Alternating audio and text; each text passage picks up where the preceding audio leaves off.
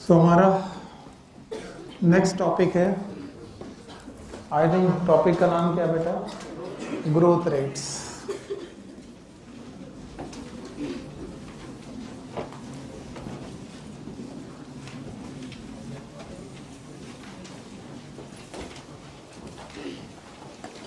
इसके पहले हम लोगों ने पढ़ लिया है, वो एक बार रिवीजन कर लीजिए थोड़ा सा जल्दी से। पहले पढ़ लिया हम लोगों ने ग्रोथ एंड डेवलपमेंट की डेफिनेशंस। ग्रोथ में मैंने पढ़ाया था increase in size of body, organ, tissue and cell, या फिर इंक्रीज इन नंबर ऑफ, ये पढ़ा रखा मैंने, ठीक है। फिर मैंने बोला था ग्रोथ में अगर जुड़ जाए डिफरेंशिएशन, क्या जुड़ जाए तो हो जाता है डेवलपमेंट। दो एग्जांपल पढ़ाए थे, एम्ब्रियोजेनेसिस, सीड जर्मिनेशन पढ़ाया था। फिर एक हेडिंग पढ़ाई थी, ग्रोथ इज इनडिटर्मिनेट। मैंने कहा था जितनी भी ग्रोथ ओपन है, कैसी है वो कैसी रहेंगी? इनडिटर्मिनेट। उन्हें डिटरमाइन नहीं कर सकते कि वो कब तक होंगी विथ रेस्पेक्ट टू टाइम। फिर मैंने बोला था ग्रोथ इज मेजरेबल, क्या हम उसे मेजर कर सकते हैं? डायरेक्ट मेजरमेंट है कि इनडायरेक्ट? और इनडायरेक्ट मेजरमेंट के लिए हम लोगों ने एक मशीन दी थी ऑर्गन, और उसमें लेंथ, साइज, हाइट, ये पढ़ा था। फिर इसके बाद पढ़ा था फेजेस ऑफ ग्रोथ। कौन सा? फेजेस ऑफ ग्रोथ में हम लोगों ने पढ़ा था मेरिस्टेमेटिक फेज, इलांगेशन फेज, पक्का। फिर मैंने बताया था कैसे रूट नीचे की तरफ ग्रो कर रही है, लेकिन मैच्योरेशन टिश्यूज ज्यादा बढ़ रहे हैं तो एरो ऊपर की तरफ आते हैं, याद है आपको? अच्छा, वो पढ़ाने के बाद आज हम लोग पढ़ रहे हैं ग्रोथ रेट्स। बहुत आसान है, इतनी जगह से पढ़ रहे हो।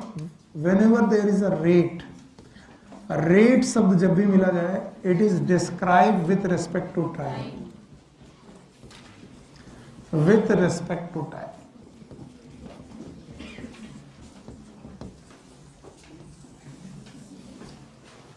तो अगर मुझे ग्रोथ रेट डिफाइन करना होगा तो मैं बोलूंगा growth with respect to time.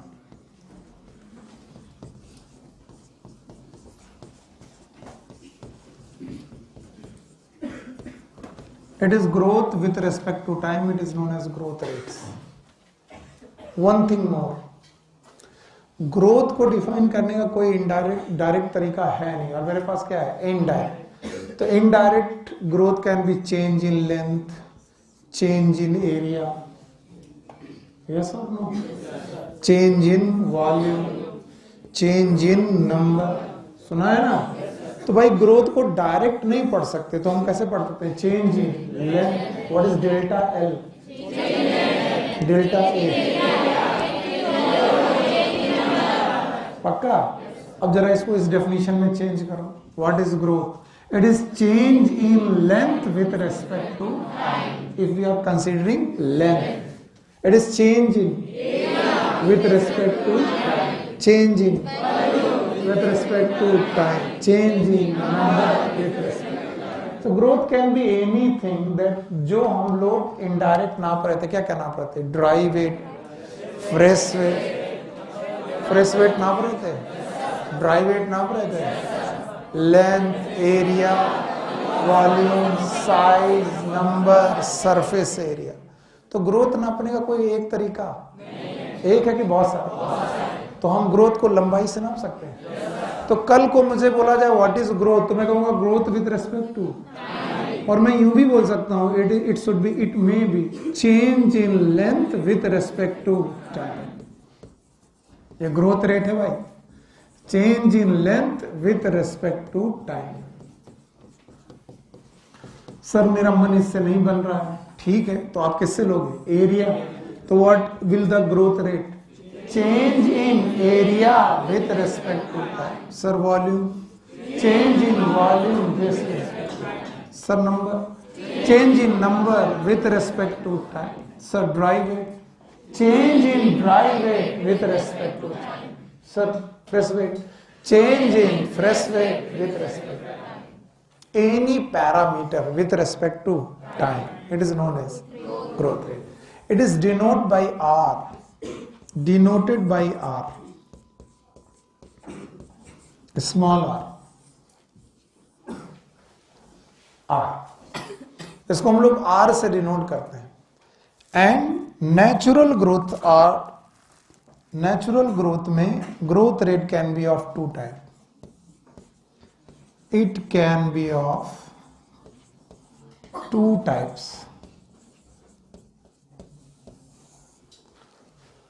Natural growth rates में ग्रोथ रेट हमेशा दो प्रकार के डिफाइन किए गए हैं। One is known as arithmetic growth rate, arithmetic growth rate,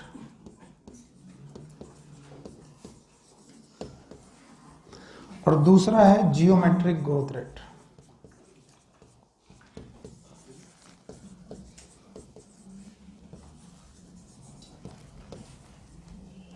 तो मैं आपसे बोलूं कि नेचुरल प्लांट में जो ग्रोथ रेट है, पहले उसकी डेफिनेशन बताओ फिर उसके टाइप बताओ। आप लिए मुश्किल हो जाएगा, मुश्किल हो जाएगा, आसान है। What is growth rate?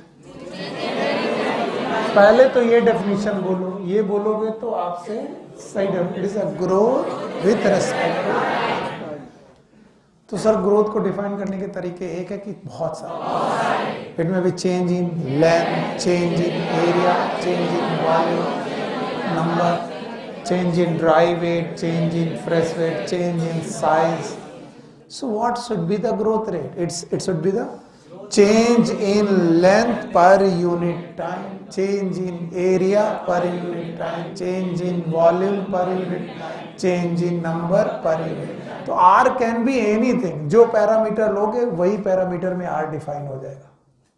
अगर नंबर में लोगे तो R, साइज में लोगे तो, एरिया में लोगे तो, वॉल्यूम में लोगे तो। खैर कितने प्रकार का? एक कौन सा? दूसरा ज्योमेट्रिक। एक है अर्थमेटिक ग्रोथ रेट, दूसरा ज्योमेट्रिक। तो first of all we are going to define about the arithmetic growth rate. हटा दूं इसे। मैं दोनों ही ग्रोथ रेट एक साथ डिफाइन कर देना चाहता हूं। मैंने दो पार्ट में आपके बोर्ड को अलग अलग कर दिया। सबसे पहले arithmetic growth rate, what it means, ये कैसे डिफाइन होता है।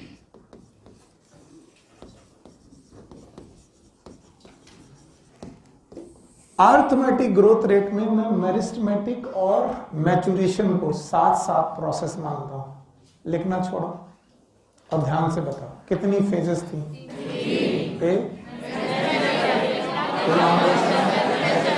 जब तक सेल डिवीजन है, जब नहीं है, जब मैचुरेशन हो गया, जब आप परमानेंट हो गए, मैचुरेशन। उन्होंने कहा कि सर ये सिंपल तरीका है अगर आप सीखना चाहो तो। मैंने कहा सिखाइए भाई। बोले सर एक सेल थी, there was a one cell, single cell, this was one single cell, it was the meristematic cell. M का मतलब meristematic cell. It divide by mitosis. किसके द्वारा? याद रखना ग्रोथ के लिए होने वाले सारे डिवीजन किसके लिए से होते हैं? माइटोसिस। कोई भी ग्रोथ मियोसिस से नहीं होती। जब भी ग्रोथ होगी और ग्रोथ का डिवीजन मांगा जाए, आप क्या बोलोगे? माइटोसिस। और माइटोसिस में एक सेल से कितनी सेल बनी? दो बनी। सर दो बन गई, ठीक है। अब जैसे ही दो सेल बनी, उनमें से एक हो गई परमानेंट। कैसी हो गई? मतलब ये मेरिस्टेमेटिक हुई कि बेटा मैच्योर हो गई। तीन जोन थी, meristematic, elongation, maturation. It become mature. यानी एक का मतलब है एक की 50%। अगर 100 होती तो 50। You got my point? हम ऐसा मान के चल रहे, फिलहाल तो एक से लेके चल रहे। अब जो मैच्योर हो गई उनमें से बची एक, ये फिर से क्या करी? डिवाइड। कितनी सेल बनाई? दो। उसका 50% मैच्योर। क्या ये मर गई? ये अभी तक है। अगर ये है तो ये ऑलरेडी थी और इसने डिवाइड करके कितना बना दिया? दो। तो पहले कितनी सेल थी? एक। फिर कितनी हुई? दो। फिर तीन। अब ये मैच्योर है। डिवाइड। ये मैच्योर है। डिवाइड। अच्छा ये मैच्योर है, मैथमेटिक है। डिवाइड करिए, कर दिया। कितनी सेल बनाई? दो। इनमें से फिर से एक हो गई मैच्योर। ये मेरिस्टेमेटिक। पक्का? ये ऑलरेडी थी। यस और नो? मरी नहीं है। और ये भी थी। यस। अब बताओ टोटल कितनी? 4। हाँ? अब बताओ ये डिवाइड, ये डिवाइड, ये डिवाइड, ये ओके। अगर ये डिवाइड करेंगे तो इसने डिवाइड किया, कितनी सेल बनाई? 2 बना दी। बताओ मेरिस्मेटिक की मैच्योर, ये मेरिस्मेटिक की मैच्योर, ये मैच्योर हो गई, ये ऑलरेडी है, यस और नो? ये भी है, ये भी है और ये भी है। बताओ क्या होगा? 5 आगे डिवाइड करेगी तो 6। पक्का? नो डाउट आप प्रोपेगेशन नहीं जानते क्योंकि आपने मैथ्स नहीं पढ़ी, but this propagation is like 1 2 3 4 5 6 and so. जब भी प्रोपेगेशन यूनिटरी होते हैं, कैसे होते हैं? यूनिटरी, एक एक करके आगे बढ़ते हैं। कितना? एक। ऐसे प्रोपेगेशन को हम लोग अर्थमेटिक प्रोपेगेशन बोलते हैं। ये मैथ की बात है, गणित की बात है। बायोलॉजी आप पढ़ रहे हो तो कई बार आप नहीं समझते what is propagation. When you propagate with the unitary method it is known as arithmetic propagation. What it means, कल को आप यहां पर 1 की बजाय 100 से चालू करते, किससे? तो यहां पर होता है 101, 102, 103, 104, 105 एंड सो ऑन, 106। अगर इसके बढ़ने का रेट पर सेल 1 है तो अर्थमेटिक। ओके। अगर सर आप 1000 से शुरू करते तब क्या होता? तब होता 1001, 1002, 1003, 1004, 1005 एंड सो ऑन। हर बार डिफरेंस कितने का आता? 1 का। और when there is a difference between two propagation, two continuous, 2 continuous संख्याओं में अगर अंतर केवल कितने का हो? 1, तो इस प्रोपेगेशन को हम लोग क्या? अर्थमेटिक। और अर्थमेटिक प्रोपेगेशन को डिफाइन करने के लिए there is equation, and that is known as nt is equal to n0 plus rt। What is NT? Number at the time t. Number at the time t. मैं number के हिसाब से पढ़ा रहा हूं, बुक में लेंथ के हिसाब से लिखा है, बाद में देखेंगे। Number at the time at time t। t time पर आपका नंबर है, that is NT। What is n0? Initial number, initial number. What is R? It is growth rate। इसी को पढ़ने आया हूं मैं, ग्रोथ रेट। और कैसा ग्रोथ रेट? ज्योमेट्रिक या arithmetic? Arithmetic. And what is T? Time. चलिए, बोर्ड इतनी जगह पे नहीं आ पाएगा, आगे बढ़ाएंगे, वो वाला पोर्शन भी यूज कर लेंगे। चलो, तो बताइए हमने क्या कहा? एक कोशिका थी, डिवाइड की, मियोसिस की माइटोसिस, 2 बनी, 2 में से 1 मेरिस्मेटिक और 1 परमानेंट। तो जो मैच्योर हो गई वो डिवाइड और वो मर जाएगी, वो रहेगी। और जो मेरिस्मेटिक है वो डिवाइड, वो फिर से 2 बनाएगी। प्रोपेगेशन कैसे चलेगा? 1 2 3 4। ये 1 2 3 4 है। अगर 100 से चालू करते तो 101, 102, 103। अगर 1000 से, हर बार कितना बढ़ता? यानी कि 2 कॉन्टिन्यूअस संख्याओं के बीच में डिफरेंस 1। और जब भी ऐसा यूनिटरी मेथड आएगा, प्रोपेगेशन क्या कहलाएगा? Arithmetic propagation. फिर से बोलो। बोलते हैं ऐसी ही प्रोपेगेशन ग्रोथ होती है इलोंगेशन जोन ऑफ रूट में। ये कौन सा जोन? हाँ, ये इलोंगेशन। कौन सी जोन? मेरिस्मेटिक। ये कौन सा? आप देख लिया करो मैं क्या पूछ रहा हूँ, वो मत बोला करो जो तुम बोल देते हो। बताओ इस जोन में कौन सा जोन है? इलोंगेशन। इलोंगेशन जोन में जो ग्रोथ रेट है वो अर्थमेटिक है। कैसा है? और यहाँ नंबर बढ़ रहा है कि लेंथ? हाँ, तो जो मैंने नंबर के लिए लगाया वो इक्वेशन लेंथ के लिए लग जाएगी। यस। तो बताओ क्या होगा? LT is equal to L0 plus RT। What is LT? It is not change in length. It is a length at time t. Length after time t. At time t या फिर after time t, वो जो time t तुमने ले लिया शुरुआत से। What is L0? Initial length. What is R? Growth rate. What is T? Time. And now ये हो गई मैथ। अब इसकी बायोलॉजी फील करते हैं। गमले में एक पौधा लगाया आपने, गमला समझते हैं, और उस पौधे में अभी बीज ही नहीं निकला था, बीज भी नहीं डाला था, पौधा लंबा होता जाएगा? नहीं, पॉसिबल ही नहीं। आपने गमले में एक सीड डाला, सीड से अंकुरण करके एक पौधा निकला, और पौधे की लंबाई 1 इंच थी, मान लो 1 इंच। अब तुम चाहते हो कि पर डे कितना बढ़ रहा है, per day with respect to, या पर वीक कितना बढ़ रहा विथ रेस्पेक्ट टू टाइम। तो अब आपने क्या किया कि 1 इंच का निशान लगा लिया कि ये भाई इनिशियल ग्रोथ है, हमने माना ये पौधा इनिशियल लंबाई वाला है। तो दिस विल बी L0, बोलो क्या नाम है? L0। यस और नो? पक्का? सर ये L0 हो गया।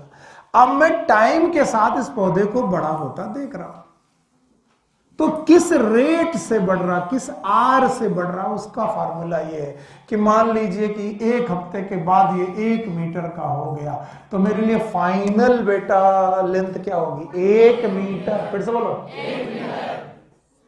इनिशियल क्या रही होगी? 1 इंच।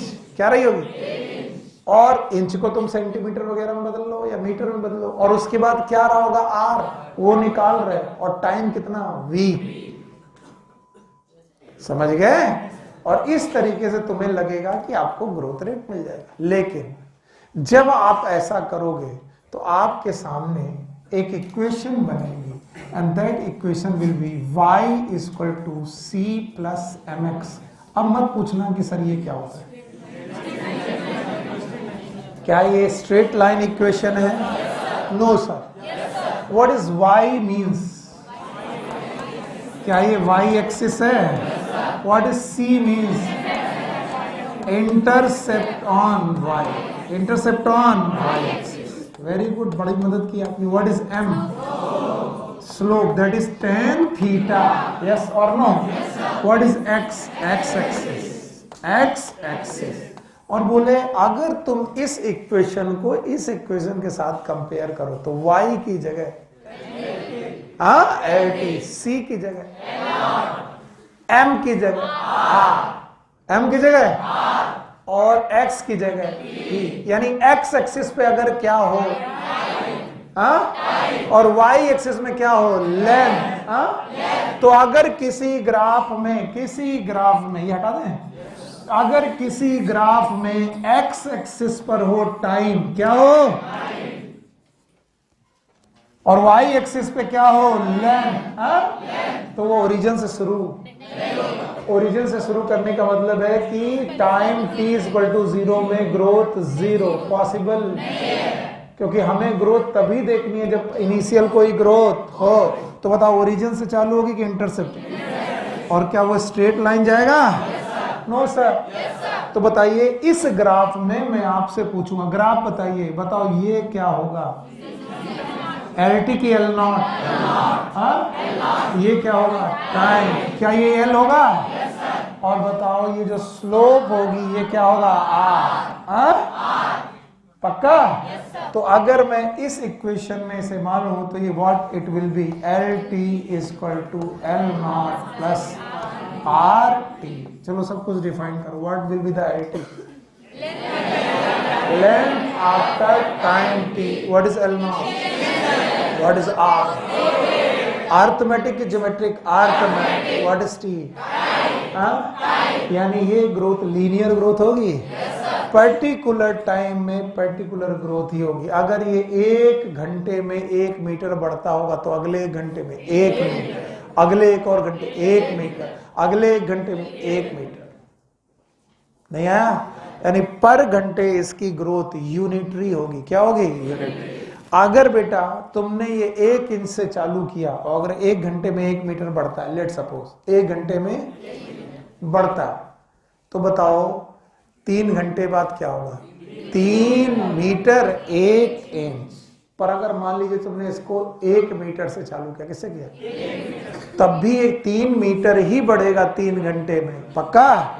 1 इंच से चालू किया तब भी 3 मीटर, और 1 इंच से चालू किया तब भी 3 मीटर, क्योंकि इसकी 1 घंटे में बढ़ने की कितनी रेट है? 1। और ऐसी ग्रोथ कैसी कहलाएगी? अर्थमेटिक। जब तक मैं कंपेयर नहीं करूंगा आप समझ नहीं पाओगे, इसलिए अभी फिलहाल के लिए इतना संभालो, फिर मैं दोनों को कंपेयर कर दूंगा, दोनों ग्रोथ रेट आपको समझा दूं। नहीं समझ पाए? बताओ, ये ग्रोथ रेट एक्सपोनेंशियल कहलाया कि लीनियर? और what is M? That is slope. What is M? और स्लोप जो होता है वो tan थीटा होता है। क्या होता है? और यहां पर r is slope, r is और स्लोप इज tan थीटा। और आपको tan थीटा निकालने के लिए क्या हुआ? Change in length per unit time. और यही तो मैं बोल रहा था, change in length per unit time is equal to r। भूल गए आप? मैंने कहा था रेट को डिफाइन करने का कोई एक तरीका नहीं। अगर लेंथ में पैरामीटर लिया है तो it is change in length, area लिया है तो चेंज इन एरिया, वॉल्यूम लिया तो नंबर लिया है तो चेंज इन। तो what is R? Change in length per unit time. नहीं आया? आया? बताइए, अगर मैं 1 से चालू करता, 1 2 3 4, 100 से चालू करो, 101 102 100, 1000 से चालू करो, 1001 1002, नो मैटर आप कितने से चालू करोगे बढ़ेगा। 1 से चालू करोगे तो 100 से, तो 1,00,000 से, तो इनिशियल पे डिपेंड। तुम कितनी भी शुरुआत करो, कितने भी, 1 मीटर पौधे से चालू करो, 1 इंच से चालू करो, 1 घंटे में 1 मीटर बढ़ना है तो हर घंटे में 1 मीटर ही बढ़ेगा। सर ये तब तक समझ में नहीं आएगा जब तक कि मैं इसे रिलेट ना कर दूं। फिलहाल दोनों को अलग अलग पढ़ लेते हैं, ये एक तरीका हो गया। ठीक, दूसरा तरीका सुनते हैं। आइए, दूसरा हमारे पास जो रेट है that is known as geometric growth rate.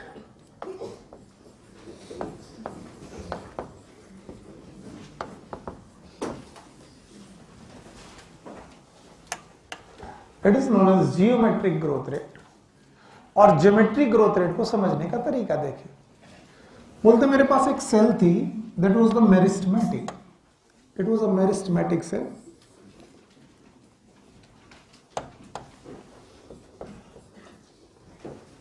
It was a meristematic cell. ये डिवाइड करी माइटोसिस से। मैंने कहा ग्रोथ के लिए हमेशा क्या होती है? माइटोसिस।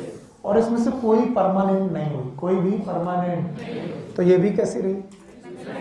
ये भी कैसे? एक थी, एक से कितनी हुई? 2। अब ये दोनों डिवाइड करेंगे, ये बनाएगी 2 और ये बनाएगी 2। यस, बताइए कितनी होगी? 4। हाँ, अब ये डिवाइड करेंगे।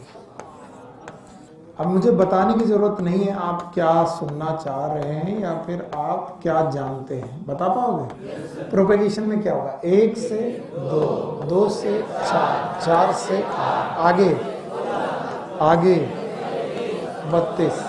तो what is propagation by the way? It is 1 2 4 8 16 32 and so on।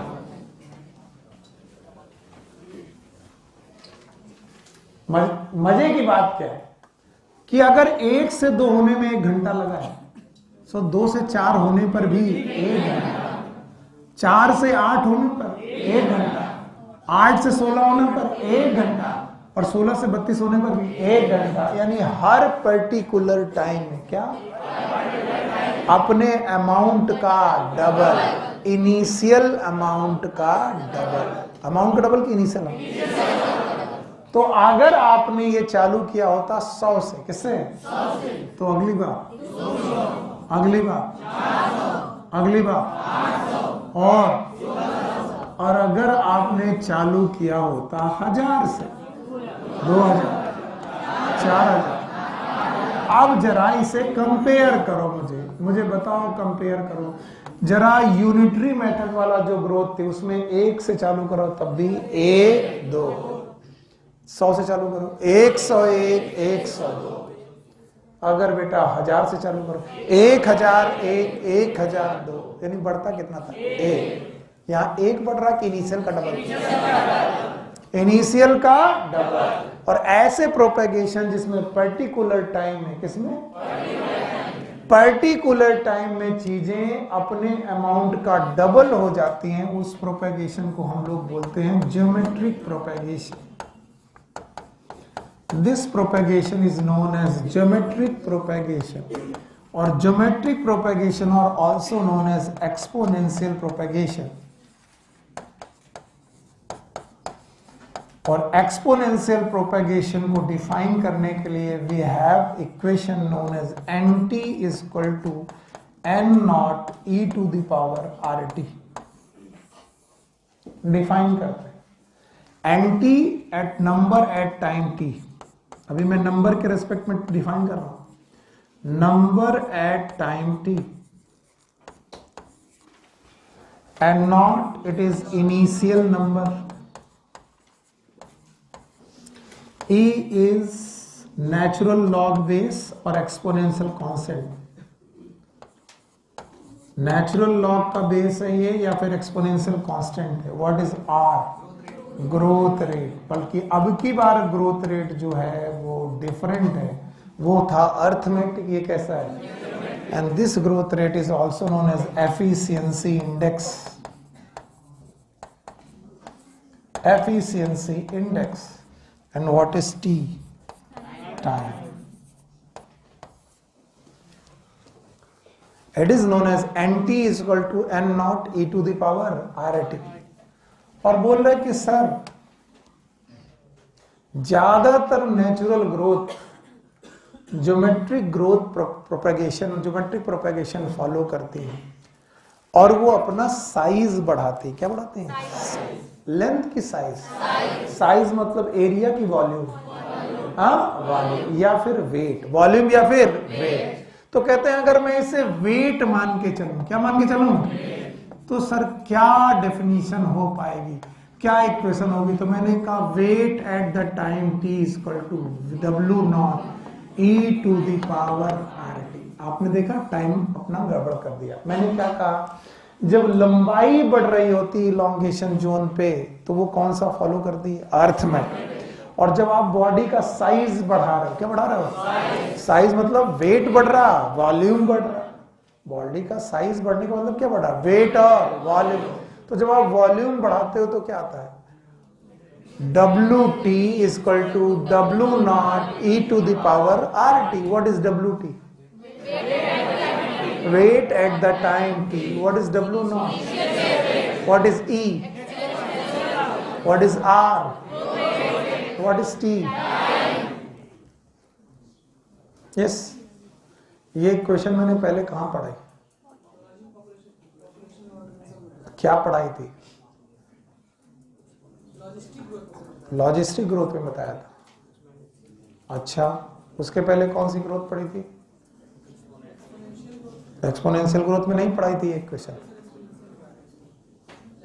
Logistic में नहीं पढ़ाई थी।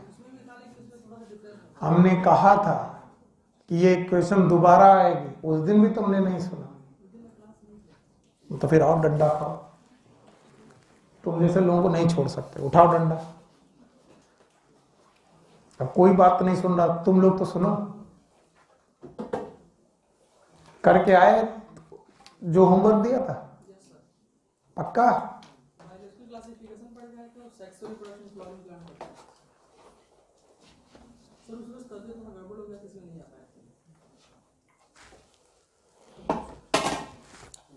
आप बिल्कुल सुधर जाओ।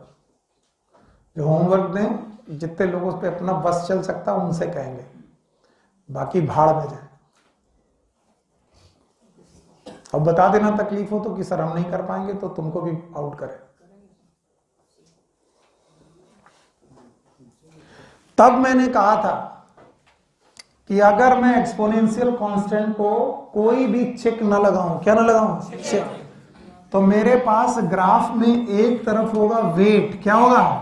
तो वेट की जगह नंबर ले लो। वेट की जगह क्या ले लो? क्योंकि मैंने इसे किससे डिफाइन किया? नंबर। और एक तरफ ले लो टाइम, बोलो क्या ले लो? और प्लीज ओरिजिन से शुरू। ओरिजिन का मतलब होता है जीरो, जीरो से ग्राफ शुरू, क्योंकि हमें इनिशियल कुछ लेना पड़ेगा। और ये ग्राफ बढ़ेगा जे, बोलो क्या बनेगा? जे। इस ग्राफ को अगर मैं मैथमेटिकली ड्रॉ करूं ना बेटा, ये हमेशा जे आएगा, इसमें ऐसा आ ही नहीं सकता। इट इज ऑलवेज जे, क्योंकि ये कहता है कि शुरुआत में 1 से 2 होने में 1 घंटा लगा, 2 से 4 होने में 1 घंटा और लगा, 4 से 8 होने में 1 घंटा और लगा, यानी शुरुआत में 1 से लेकर 8 पहुंचने में 3 घंटे लग गए, और 8 से 16 पहुंचने में 1 घंटा, यानी अभी 8 बढ़े तो कितने घंटे में? 1 घंटे में, और पहले 8 बढ़े तो 3 घंटे में। यानी शुरुआती ग्रोथ स्लो और फिर फास्ट। समझ गए? तो जितना आगे बढ़ोगे, अभी देखो 4 घंटे में 16 लोग हुए, अभी 1 घंटे में कितने? 16। 16 से 32 जाने पर 16। इसका मतलब टाइम कम लगेगा, ग्रोथ ज्यादा। और हमेशा ग्राफ कैसा आएगा? जे से। फिर से बोलो। पर मैंने बोला था पढ़ाते वक्त वहां पर भी कि J shape growth are ideal. फिर से बोलो। क्योंकि जब भी कोई नेचुरल ग्रोथ होगी तो रिसोर्स मांगेगी। क्या मांगेगी? खाने के लिए खाना और रहने के लिए जगह। पौधा ग्रो करना चाहे तो ये दिन दूना रात चौगुना बढ़े, बिल्कुल सही है। आज 1 मीटर मिल रहा, कल 2 मीटर मिल रहा, परसों 8 मीटर मिल रहा, फिर 16, फिर 32, लेकिन उसको रहने के लिए जगह है, जमीन में घुसने के लिए क्या है? रेजिस्टेंस। और इसलिए उसको मिलते हैं रेजिस्टेंस। और हर जगह की एक कैपेसिटी होती, नाम है कैरिंग कैपेसिटी। फिर से बोलो। चित्रांश बाबू, अगर कैरिंग कैपेसिटी आ गई पिक्चर में, खड़े हो, अगर कैरिंग कैपेसिटी पिक्चर में आ गई तो यही जे शेप जो कर्व है ये 4 फेज से होकर गुजरेगा। चारों फेज के नाम बताओ, एकदम साथ रहो। अगर कैरिंग कैपेसिटी पिक्चर में आ गई, अगर के आ गया, व्हाट इज के? व्हाई के हैपन? अगर आपको याद हो के क्यों हैपन हुआ था? क्योंकि मैंने बोला था there must be some resistance. ये बिटिया कैसा ग्राफ बना रही हो? ऐसे नहीं बनाते। ये वाला टाइम पैरा एक थोड़ा कम रखना पड़ेगा, फिर अचानक स्टीपर करना पड़ेगा। ये तुमने एस बना दिया। अरे पगलिया, ये किताब देख रही, उतार रही वही वाला। अभी हम पढ़ा नहीं पाए, हमने एस नहीं बनाया, तुम्हारा एस तैयार है। नाम क्या है? अच्छा, हम कहें तुम्हारा नाम कहीं सुनीता तो नहीं है? तो के बनाओ कंचन हो तो, कि तुम्हारा ग्राफ कुछ भी हो, हमारा के रहेगा। हाँ, मैंने कहा था अगर कहीं रेजिस्टेंस आ जाए, क्या हो जाए? रेजिस्टेंस। तो पहले होगा लैग, फिर एक्सीलरेशन, फिर डी एक्सीलरेशन और फिर एसिम्प्टोट। याद आया? तो मैंने कहा था ग्राफ एक्चुअली लैग से ही जाएगा, एक्सीलरेशन पे जाएगा, लेकिन जैसे ही वो कैरिंग कैपेसिटी पाएगा डी एक्सीलरेट होगा और स्टेशनरी। तो मैंने कहा था इसे इन 3 ग्राफ में बनाने की बजाय मैंने कहा था इसे ऐसे बनाएंगे। बनाएंगे? अब बताओ, ये वाला फेज लैग, ये एक्सेलरेशन, ये डी एक्सेलरेशन, ये एसिम्प्टोट। इसका नाम एसिम्प्टोट। चल चित्रांश बाबू, जितने जल्दी धरातल पे उतर आओ उतना अच्छा है। जितने जल्दी। अरे मेरी बातें तो बड़ी खराब लगती है लोगों को, बैठ जाओ, लगती है। तो जो ग्राफ जे शेप था, कैसा? That become S. बोलो कैसा? एस। और ये जो एस ग्राफ आपकी बुक ने बनाया है, इट इज आइडियल और प्रैक्टिकल? तो इक्वेशन यही है, W T equal to W naught E to the power R T, but it will give 2 graph. One is J, another one is without resistance, J with resistance. और जब S shape आएगा तो पहला phase lag, और दूसरा log. फिर से बोलो। तीसरा स्टेशनरी। हालांकि मेरे बच्चे जानते हैं ये 3 नहीं है, 4 है। याद है? पहला lag, acceleration, D acceleration, asymptote. आपकी बुक में 3 ही दिए गए होंगे, लैग, लॉग, स्टेशनरी। लेकिन बुक एक नहीं चलती एनसीईआरटी की, 2 चलती है। यही इक्वेशन जब आपको इकोलॉजी में पढ़ाते हैं तो बोलते हैं ये कौन सा है, लैग, फिर फेज ऑफ एक्सीलरेशन, फिर डी एक्सीलरेशन, फिर एसिम्प्टोट। तो बताओ ग्राफ की शक्ल जे है कि एस? और इस ग्राफ को उन्होंने क्या नाम दिया, सिग्मॉइड। फिर से बोलो।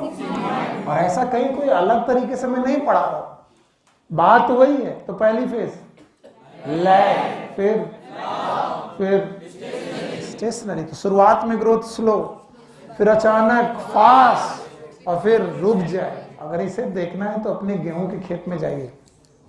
आज तुमने सीड डाला, 15 दिन तक तो 4-5 दिन तक तो पता ही नहीं चल पा रहा अंकुरण निकल रहा कि नहीं निकल रहा। फिर 2-4 दिन के बाद अंकुरण दिखाई पड़ा, 15 दिन तक पौधा बहुत छोटा छोटा है।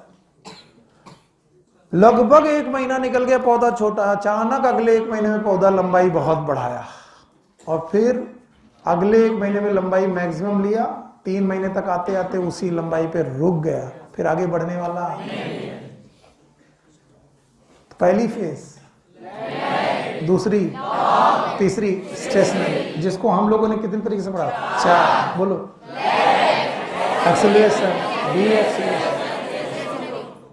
और यहां पर जो आर है ये भी स्लोप है, और ये स्लोप है स्टीपर, एक्सपोनेंशियल, यानी change in weight per unit time. बहुत कम की बहुत ज्यादा, बहुत ज्यादा, यानी टाइम बहुत कम। देखो इतना टाइम, केवल इतना टाइम, और ग्रोथ इतनी सारी, यहां से लेकर यहां तक, और टाइम इतना, ग्रोथ इतनी। पहले कम, ज्यादा टाइम में ग्रोथ कम, फिर उतने ही टाइम में ग्रोथ ज्यादा। बताओ क्या क्वेश्चन फॉलो करी, 1 2 3 4 के 1 2 4 8 16? अगर इसमें चेक ना लगे, क्या ना लगे, यानी रेजिस्टेंस ना लगे, तो ग्राफ क्या आएगा? और मैं यही क्वेश्चन बना दूंगा, आधे बोलोगे कि सर एनसीईआरटी में कहां दिया, फिर थप्पड़ मारेंगे दोनों बुक को जोड़ करके। मैं बोलूंगा if the plant growth is ideal and follow geometric propagation, follow what will be the shape of graph. कितने अच्छे बच्चे हो। जैसे बोले सर प्लांट ग्रोथ में क्यों लिखा, वो तो इकोलॉजी में था। अरे ecology is nature, plant is nature. और मैंने बोला एनी नेचुरल ग्रोथ, क्या बोला, follow how many propagation, 2, 1 is arithmetic, arithmetic propagation, it is 1 2 3 4, unitary और ज्योमेट्रिक 1 2। अब 1 घंटे में अगर 1 बढ़ना है तो 1 से चालू करोगे तब भी 1 घंटे में 1, 100 में 1, 100 से चालू करो तब भी 1, 1000 में 1। लेकिन अगर 1 घंटे में इनिशियल का डबल होना है, किसका, फिर से बोलो, तो अगर 1 से चालू हुआ तो 2, 100 से, क्योंकि ये इनिशियल का डबल है। 100 से चालू हुआ तो 200, 1000 से तो लाख से। लेकिन वही तुम देखो यूनिटरी ग्रोथ, वो हमेशा 1 बढ़ाए। तुम चाहे 100 से चालू करो 1, 1000 से चालू करो 1, लाख से चालू करो 1। और इसीलिए geometric growth propagation they are always called as relative growth rate. इन्हें क्या बोलते हैं? और कई बार लोग पूछते हैं what is relative growth rate? The growth rate which related with initial parameter. अगर इनिशियल 1 है तो 1 का हो जाएगा 2, 100 है तो 50 है तो 1000 है तो। और इसीलिए जो अपनी इनिशियल ग्रोथ का डबल होने लगे, those growth are known as relative growth rate. मैं जानता हूं ऐसे नहीं समझ में आता, इसीलिए मैं दोनों इक्वेशन आपके सामने बनाता हूं ग्राफ में, आप पकड़ लेना। अब मैं एक्सप्लेन नहीं करूंगा, अब आप एक साथ पकड़ेंगे। इधर मैं लिख रहा हूं arithmetic growth rate,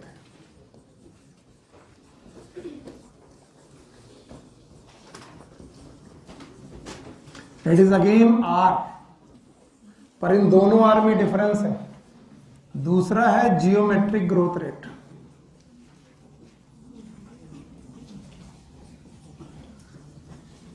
it is again R, और दोनों आर में एफिशिएंसी इंडेक्स कौन है? Geometric growth. ओके, चलिए दोनों को दिखाने का तरीका, start with 1 go with 2, 1 permanent, 2, 1 is permanent. Okay, propagation is 1 2 3 4 5 so on. यानी पर्टिकुलर टाइम, अगर ये टाइम 1 घंटे का तो 1 घंटे में 1 से, फिर अगले घंटे में 2 से, अगले घंटे में 3 से, टाइम वही रहेगा, ग्रोथ हमेशा यूनिटरी। इक्वेशन इज, ऐसे प्रोपेगेशन का नाम अर्थमेटिक प्रोपेगेशन। क्या इसकी मैथ बायोलॉजी से कोई लेना देना नहीं, इसको मैथ में डिफाइन किया गया, N T is equal to L naught plus R T. अगर तुमने linear expansion of the rod कभी पढ़ा हो, हीट एंड थर्मोडायनेमिक्स में पढ़ा है, कुछ नहीं आता तो। L T is equal to L naught plus delta L delta T कभी पढ़ा है? अगर मैं रॉड को टेम्परेचर दूं, रॉड लंबी होती है, इसका इक्वेशन नहीं जानते हो? What is the equation? Alpha delta T. What is delta T? Change in time. What is alpha?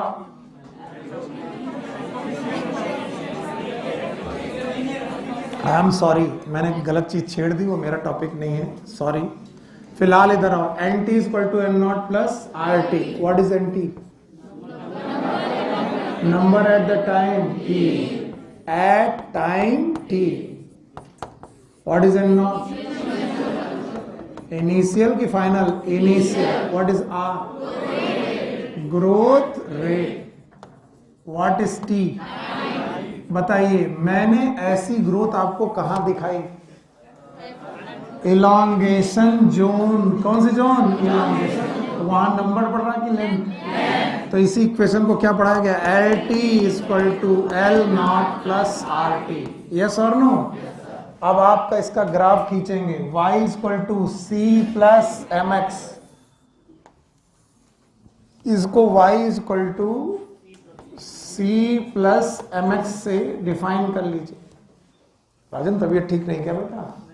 तो वैसे क्यों लेट जा रहे हो? ऐसा क्या तकलीफ हो गई? थोड़ा बैठो आराम से। 3 दिन से डायरिया है, फिर भी पढ़ाने आ गए, समझते हो? हाँ, ऐसे पकड़ के खड़े, चक्कर खा गिर गए तो तुम, सबसे ज्यादा डर हमें क्या, गिर गए तो टोपी निकल जाएगी। और कोई डर नहीं है। आज हम यही सोच रहे थे कि मान लो पढ़ाते पढ़ाते किसी दिन भाई कैल्शियम की कमी हो जाती है, इस डायरिया का तो तुम समझो बड़ा से बड़ा हाथी जो होता है, 3 दिन के अंदर जो लूज मोशन आपको लूज करता है भाई साहब, लटके हैं। हमको इस बात का डर है, गिरे तो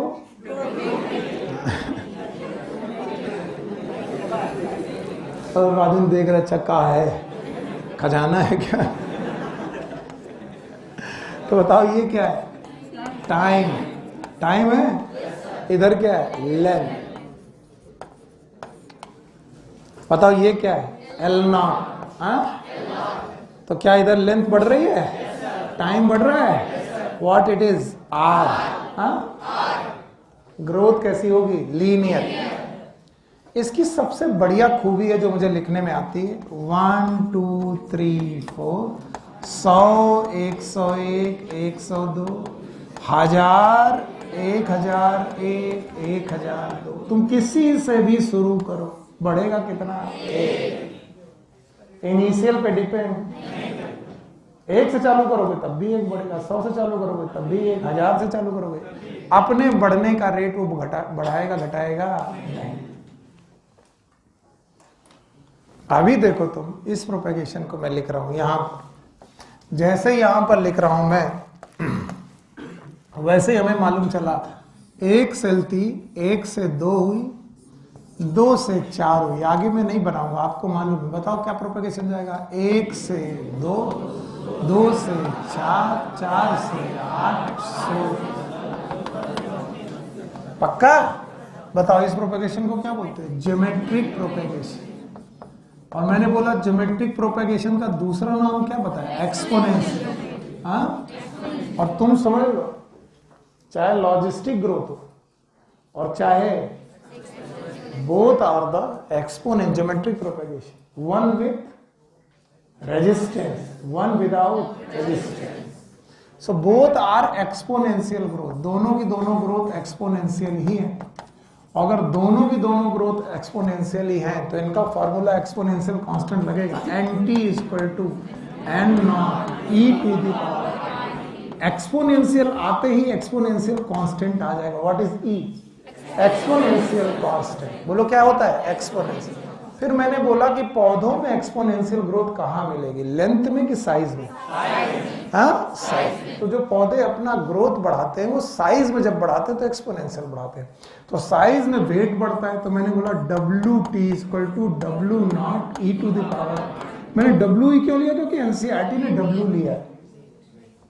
लिया है, तो मैंने वेट ले लिया। अब मैंने कहा वेट और टाइम के बीच का एक ग्राफ बनाओ। मैंने बनाया और मैं जानता था जवाब लोग रट्टा वाला देंगे। मैंने कहा ओरिजिन से चालू करो। ओरिजिन से चालू करने का मतलब है तुम ये मान के चल रहे हो वेट 0 था तो पौधा था ही नहीं, तो कैसे बढ़ जाएगा? तो कुछ तो मान के चलना पड़ेगा। फिर इधर क्या लिया मैंने? टाइम। मैंने कहा ग्राफ बनेगा J से। लोगों ने कहा नहीं सर बुक में तो लिया है S, आपने J क्यों बनाया? मैंने कहा J ही बनेगा। अगर मैं मैथ को सही मानूं, बायोलॉजी ना मानूं, तो मैं मानूंगा कि इसमें कोई रेजिस्टेंस, और दिन दूनी रात चौगुनी बढ़ेगा। 1 से 2, 2 से 4, 4 से 8, 8 से 16। शुरुआत में कैसे बढ़ेगा? स्लो। ये कैसी फेज होगी? लैग। लैग। फिर कैसी होगी? लॉन्ग। पक्का? पर मैं जानता हूं this will be the ideal. बोलो क्या होगा? क्योंकि दुनिया में कोई भी चीज ग्रोथ एक्सपोनेंशियल तो होगी but at a certain limit. उसके बाद आ जाती कैरिंग कैपेसिटी। याद आया? उसके बाद अगर कैरिंग कैपेसिटी आ गई तो बेटा ग्रोथ कैसी होगी? पहली लैग, फिर एक्सेलरेशन, और फिर डी एक्सेलरेशन, और फिर ए से। तो मैंने जो पीला ग्राफ बनाया है, क्या ये आइडियल है कि प्रैक्टिकल है? हाँ, प्रैक्टिकल। ये प्रैक्टिकल ग्राफ है। और जब आप प्रैक्टिकल ग्राफ के बारे में सोचोगे तब आपको लगेगा equation is the same. May produce J, may produce S, when produce J? Ideal when there is no resistance, and when produce S? When we consider is resistance. तो आपकी एनसीईआरटी ने बोला है पहली फेज लैग, दूसरी law, तीसरी station. तो इन्हीं एनसीईआरटी से कहो कि बहन आप दूसरी एनसीईआरटी में से 3 नहीं, कितनी फेज बोलते? 4। पहला लैग, एक्सीलरेशन। तो भैया यहां पर भी R है और यहां पर भी R है। दोनों R सेम की अलग अलग? ये कैसा? अर्थमेटिक। ये कैसा? हाँ, इसी का नाम हमने क्या रखा? Efficiency index. Why efficiency index? क्योंकि हम प्रैक्टिकल बात मान के चल रहे हैं, और प्रैक्टिकल बात ये है कि ग्रोथ हमेशा एक्सपोनेंशियल नहीं हो। कुछ दिन बाद डिपेंड करेगी कितने बढ़ रहे कितने घट रहे, एनाबोलिज्म और कैटाबोलिज्म का difference, and that will be known as efficiency. अगर बढ़ता ही चला जाए तो एफिशिएंसी नहीं है, एक्सपोनेंशियल इंडेक्स हो जाएगा। Why it is known as efficiency? क्योंकि कुछ देर के बाद ग्रोथ कम होने लगेगी और फिर क्या हो जाएगी? स्टेबल। अब कंपेयर करो, यहां चालू किया था 1 तो 1 बढ़ा था। अब यहां चालू करोगे 1 तो 1 पहले बढ़ा, 2 हुआ, फिर 4 हुआ, फिर 8 हुआ, फिर 16 हुआ। अगर 100 चालू किया तो 200 हुआ, 400 हुआ, 800 हुआ, और 1000 से लिया तो 2000 हुआ, 4000 हुआ, 8000 हुआ। यानी आप अपने इनिशियल का क्या कर रहे हो? डबल। यहां पर भी इनिशियल, यहां इनिशियल का डबल। तो यहां तुम 1 से चालू हो तब भी 1, 100 से चालू हो तब भी 1, 1000 से चालू हो तब भी 1। पर यहां ऐसा 1 से चालू हुआ तो डबल, 100 से चालू हुआ तो 100 का डबल, 1000 से चालू हुआ तो 1000 का। And that's why this R is also known as relative growth rate. फिर से बोलो, and why this is known as relative growth rate? Because it can be related by their initial. बोलो किससे? इनिशियल। क्या इस ग्रोथ रेट को हम लोग इनिशियल से रिलेट कर पाएंगे? अगर इनिशियल 1 है तो 2 होगा, 100 है तो 200 होगा, 1000 है तो 500 है तो 1000। तो अपनी इनिशियल का आप 2 पौधे रखो सामने, एक की लंबाई देख रहे हो और एक का साइज। जब तुम लंबाई देख रहे हो तो 1 घंटे में 1 मीटर बढ़ रहा मान लो, वैसे तुम बढ़ना बेवकूफी, 1 मीटर बढ़ेगा ही नहीं, मैं बोल रहा हूं 1 घंटे में 1 मीटर बढ़ रहा, तो अगले 1 घंटे में 1 मीटर, अगले 1 घंटे में तुम चाहे 10 मीटर से चालू किए हो चाहे 1 इंच से चालू किए, पक्का। लेकिन जब तुमने साइज देखी तो 1 घंटे में डबल हो रहा। तो अगर मान लीजिए कि वो 1 किलोग्राम का था तो 1 घंटे में 2 किलो, और कहीं वो 100 किलोग्राम का था, तो इसका मतलब साइज अपने इनिशियल का। तो दोनों ग्रोथ रेट एक ही जैसे कि अलग। You got my point? समझ में आया? और अगर आपको समझ में आ गया तो ये दोनों इक्वेशन है, और दोनों इक्वेशन आपकी बुक में दी गई है। इसमें कहीं कोई डाउट हो तो बताओ। अच्छा, एक चीज बोले तो थोड़ा सा लीव दोगे? शाम की क्लासेस कुछ दिन ना करो, 2-3 दिन। मेरी तबीयत थोड़ी ठीक हो जाएगी। सुबह की क्लासेस के लिए लेकिन आना, क्योंकि ये चैप्टर कंप्लीट करना है। हम लोग का उधर क्या वक्त चल रहा है? अब मेरी ठीक नहीं है हालत, मैं तुम्हें सही बताऊँ। एनवायरमेंटल इशू 2-3 दिन इस हफ्ते के अंदर अंदर मैं थोड़ा रिप्लेनिश कर लूंगा अपनी बॉडी को, तो ठीक हो जाएगा। मंडे से कर लें? हाँ, राजन तैयार है। हाँ, पूछेंगे क्या यार, तुम देख रहे हो? पूछेंगे। 4 लोगों ने हाथ उठाया, किससे पूछेंगे? अंधे के आगे रो, अपने नैना खो। और मैं इतना सीख गया हूं, इस क्लास में सबको साथ में लेकर के चलना नामुमकिन है। इसलिए मैं वॉलंटरी लोग बुलाऊंगा। वॉलंटरी बुलाने का कारण है कि वो ग्रुप बनाऊंगा, फिर लोगों को बुरा लगेगा, पैसा हमसे भी लिया है। चाहते कुछ केवल 10-15 लोगों को, उन्हीं को उठा उठा के पूछते हैं, उन्हीं से बस बात करते हैं। और ये मैंने झेला है। मेरे टीचर क्या करते थे कि वो पर्टिकुलर कुछ लड़कों से ही क्वेश्चन पूछते थे, मुझसे पूछते नहीं थे। तो हम एक दिन खिसिया के उनके पास गए, हमारे गुरुदेव तो तुम जानते हो। हमने कहा पैसा तो हमसे भी लिया है, केवल यही लोग तुमको अच्छे लगते हैं। तब उन्होंने कॉन्सेप्ट बताया कि अगर कभी आगे चल के तुम टीचर बने तो इस दर्द को समझ पाओगे। अब मैं दर्द समझ रहा। मैं चाहता हूं पूरी क्लास चले, लेकिन पूरी क्लास नहीं चल सकती, बिकॉज ब्लैकमैन्स लॉ ऑफ लिमिटेड। बताओ, क्लास का रेट किस पे डिपेंड करता है? जो सब पढ़ के आ रहा, जो बिल्कुल नहीं पढ़ के आ रहा। कितने लोगों ने नहीं पढ़ा? सब लोगों ने नहीं पढ़ा। कितने लोगों ने पढ़ा? 2 लोगों ने उठा दिया। तो बड़ा देख देख करके खुश हो रहे। आओ हटा दें। चलो, अगला टॉपिक है quantitative comparison of the growth.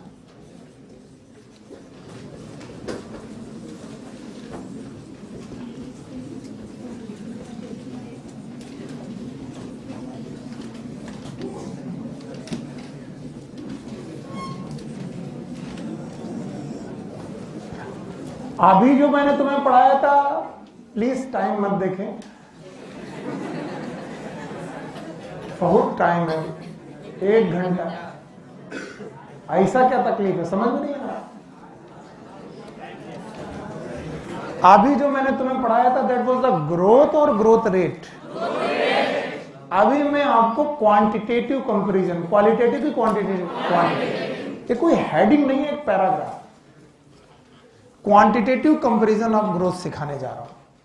बोलते हैं अगर आप ग्रोथ देखने पे आ जाओ तो आपको 2 तरीके की ग्रोथ मिलेगी। One is known as absolute growth, absolute growth, and the second one is known as relative growth. इसके पहले मैंने रिलेटिव ग्रोथ रेट बढ़ाया था, अभी ये रिलेटिव ग्रोथ है। तो अगर आप क्वांटिटेटिव कंपैरिजन कराने पे आ जाएं तो there is a 2 type of growth, one is known as absolute growth, another one is known as relative growth. और उसको बताने के लिए उन्होंने 2 पत्तियां आपके सामने रखी है, a leaf A and the leaf B.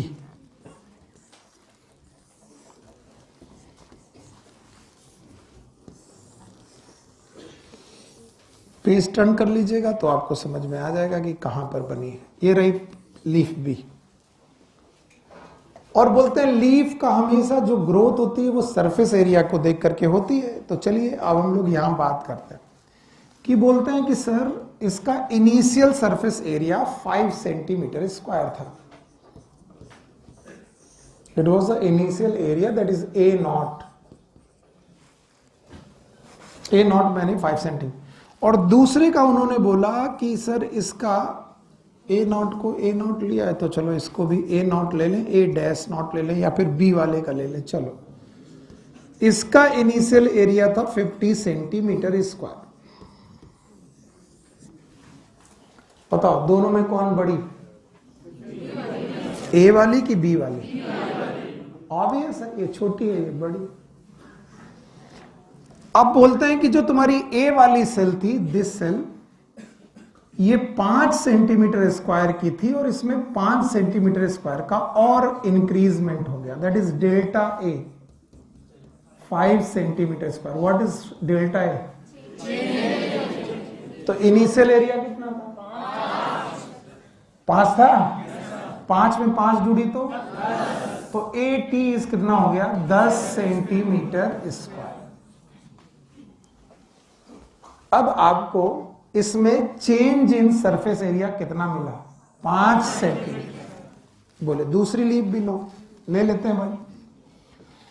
दूसरी लीफ में भी बोले कि सर 5 सेंटीमीटर स्क्वायर का इजाफा हुआ।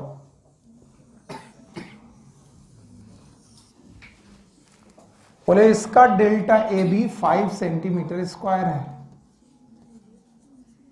तो इसका जो 80 हुआ इट इज 55 सेंटीमीटर स्क्वायर। अब अगर मुझे इन दोनों पत्तियों की एब्सोल्यूट ग्रोथ बताई जाए, एब्सोल्यूट ग्रोथ, तो मैं बोलूंगा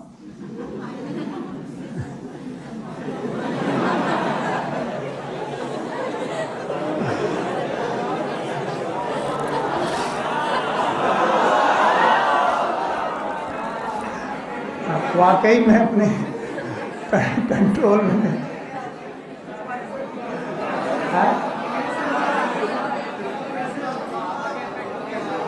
ऐसे बेटा मुझे ख्याल आने लगे आजकल।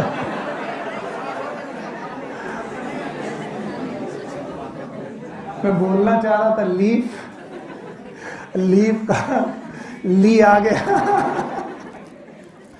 और बोलूंगी अरे शक मत करो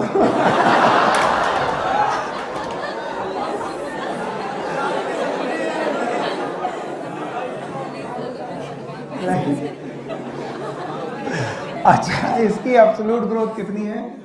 5 सेंटीमीटर स्क्वायर। और इसकी एब्सोल्यूट ग्रोथ कितनी है? 5। डायरिया का इफेक्ट ब्रेन में भी पड़ता है।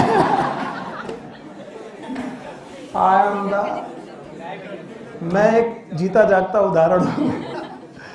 डायरिया का इफेक्ट ब्रेन में भी पड़ता है। ओके देखो भाई, तो इसकी एब्सोल्यूट ग्रोथ कितनी है?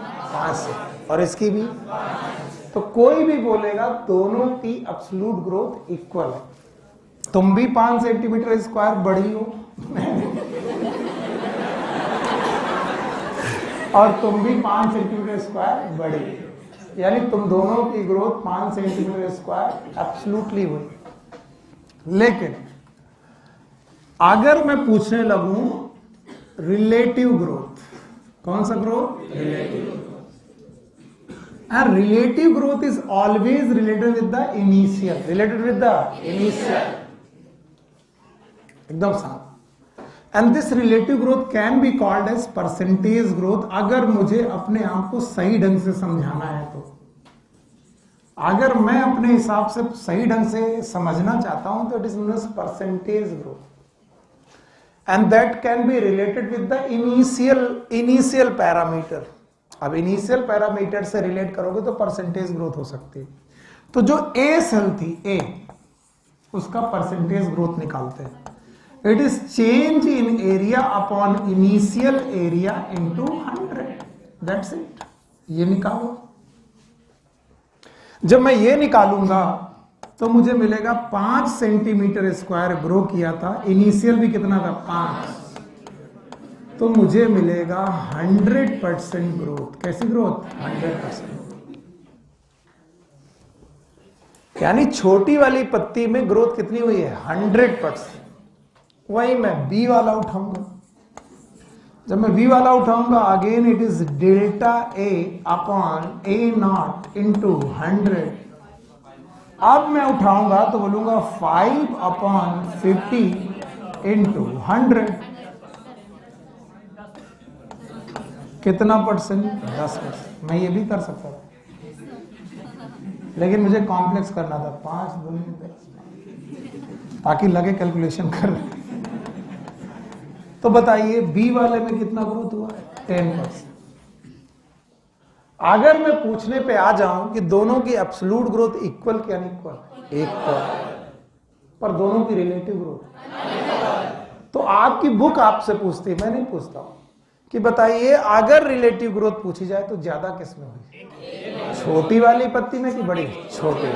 यानी छोटी वाली पत्ती की ग्रोथ रिलेटिवली कम है कि ज्यादा? वो अपने इनिशियल का क्या हो गई? डबल। और ये इनिशियल का 10%। यानी जो उसी पर्टिकुलर टाइम में अपने आप को डबल कर ले, क्या वो एक पर्टिकुलर टाइम में अपने आप को डबल करने वाला प्रोपेगेशन फॉलो कर रही है? एंड दैट प्रोपेगेशन इज 1 2 4 8 16 की 1 2 3 4। और अगर ये फॉलो कर रही है तो बताओ वो कौन सा? ज्योमेट्रिक। और ज्योमेट्रिक ग्रोथ रेट का नाम क्या था? Relative growth. तो अगर वो तुमसे क्वेश्चन पूछेंगे कि बताओ दोनों की एब्सोल्यूट ग्रोथ कितनी? इक्वल कि अनइक्वल? और दोनों की रिलेटिव ग्रोथ अनइक्वल। कौन ज्यादा बढ़ी? छोटी वाली ज्यादा बढ़ी। सिंपल है। समझ में आया? तो आपको समझ में आ गया कि जब भी क्वांटिटेटिव कंपैरिजन करोगे तो क्वांटिटेटिव कंपैरिजन में इनिशियल का रिलेट करोगे। अगर तुम इनिशियल का रिलेट कर पा रहे हो then it is growth, this growth is fine. अगर इनिशियल का रिलेट नहीं कर पा रहे हो, अगर तुम परसेंटेज ग्रोथ के हिसाब से निकल रहे हो तो वो रिलेटिव ग्रोथ है। और अगर उसकी क्वांटिटी में देख रहे हो दोनों 5-5 तो एब्सोल्यूट ग्रोथ बराबर। और दोनों 5-5 होने के बावजूद भी एक 100% और एक 10%। तो आपको सच में सही ग्रोथ कौन सी पता होनी चाहिए? एब्सोल्यूट की relative? Relative growth is the real growth. आप अपने इनिशियल से कितना बढ़ गए। नहीं आया? आ गया। एक बंदे ने 5 रुपए लगाकर 5 रुपए कमाए, एक बंदे ने 50 रुपए लगाकर 5 रुपए कमाए। दोनों का लाभ बराबर है 5 रुपए का। कितने का? 5। पर एक का लाभ अपनी मूलधन से डबल है कि नहीं है? तो हम बोलेंगे किसका व्यापार अच्छा है? जिसने 5 रुपए लगा के 5 रुपए कमाए, 100% बेटा लाभ है। और जिसने 50 रुपए लगाकर 5 रुपए कमाए, 10% का लाभ है। तो percentage growth are the absolute growth और रिलेटिव ग्रोथ है। रिलेटिव हटा दे। Thank you very much. हटा दे रहे। Now the conditions for the growth.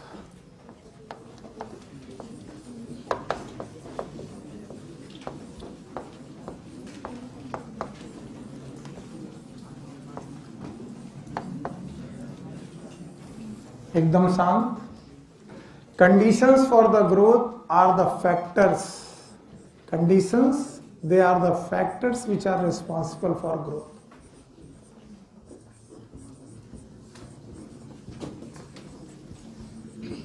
और कुछ लोग इन्हें रट्टा मारते हैं।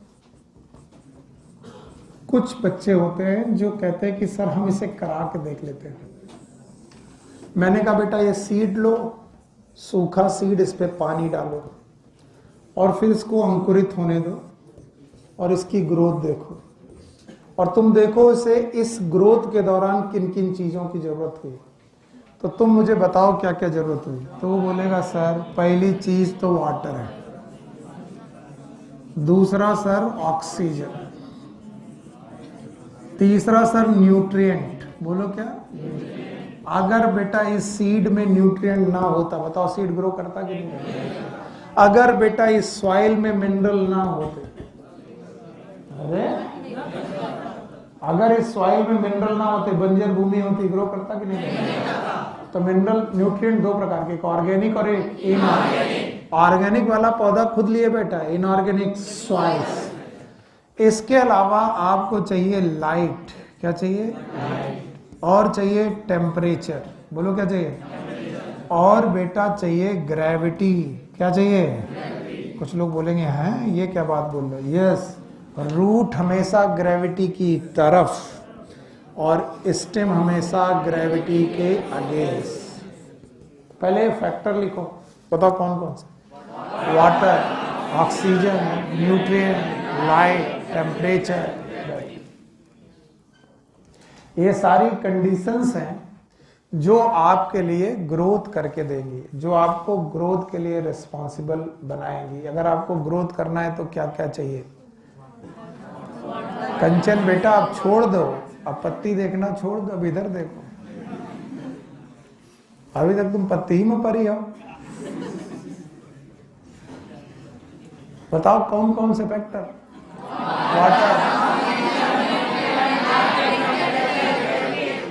Water, oxygen, nutrient, light, temperature. पक्का? आओ, वाटर ग्रोथ में कैसे मदद कर सकता है? तो सबसे पहले वाटर की महिमा, जल ही जीवन है, याद है? It is a universal solvent. जीवन की उत्पत्ति कहां हुई? पानी में। हमारी कोशिकाओं में 70 to 90% वाटर ही है। 70 to 90% वाटर ही है। वाटर में ही सारे एंजाइमेटिक एक्टिविटीज हैं। अगर वाटर डालोगे तो एंजाइमेटिक एक्टिविटी घटेंगे कि बढ़ेंगे? बढ़ेंगे। And now transport in plant, अगर किसी कोशिका में पानी गया, पता नहीं, तो बताओ वॉल्यूम घटेगा कि बढ़ेगा? वाह मेरे बच्चों, वॉल्यूम बढ़ेगा।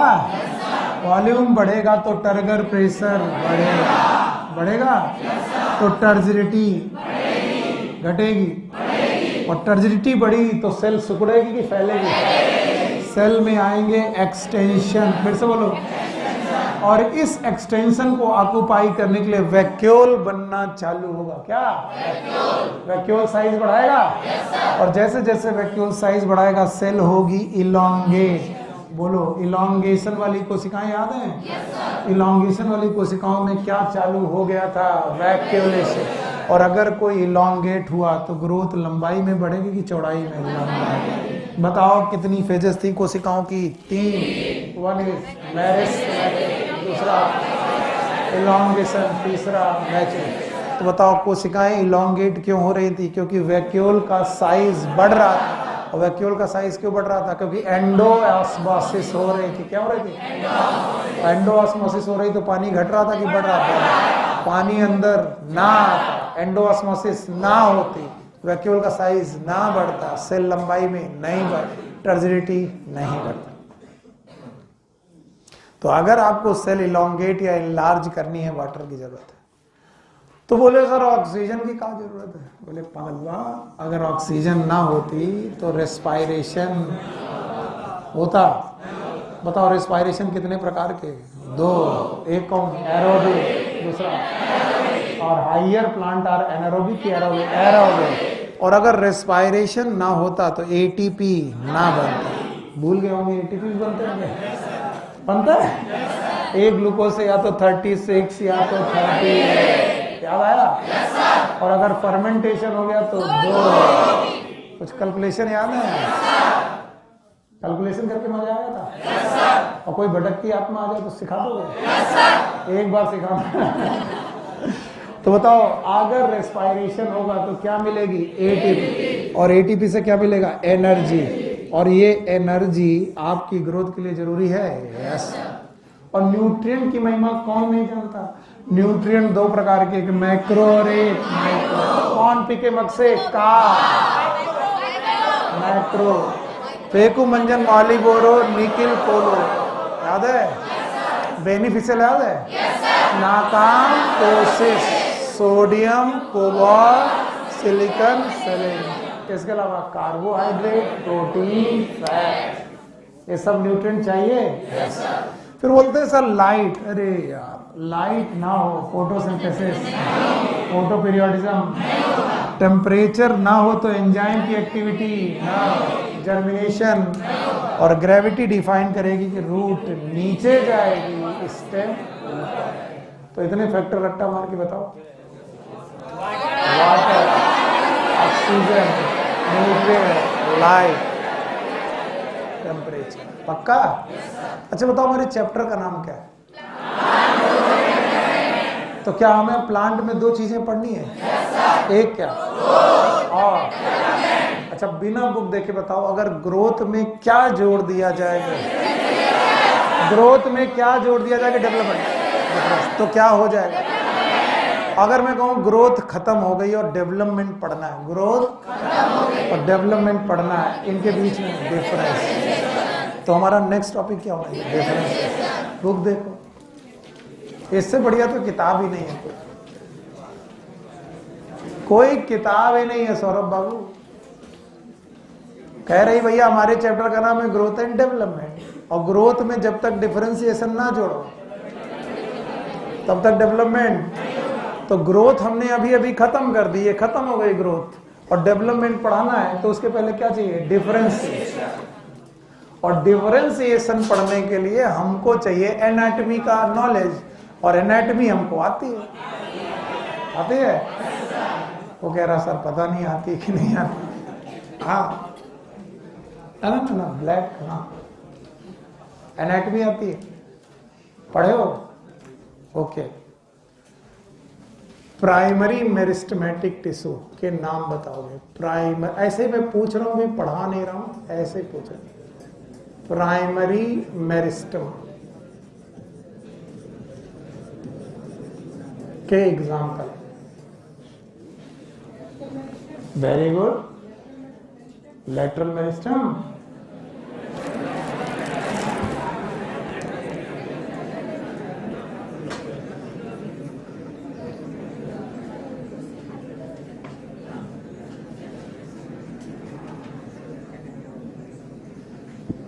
तुमने एनाटॉमी मुझसे पढ़ी थी?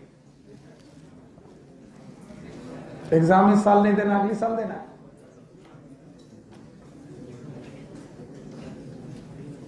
अभी सुनने में आ रहा था कि एग्जाम साल में 2 ही बार होगा, और वो भी ऑनलाइन होगा। अभी पोखरियाल साहब कुछ बोले कि नहीं बोले?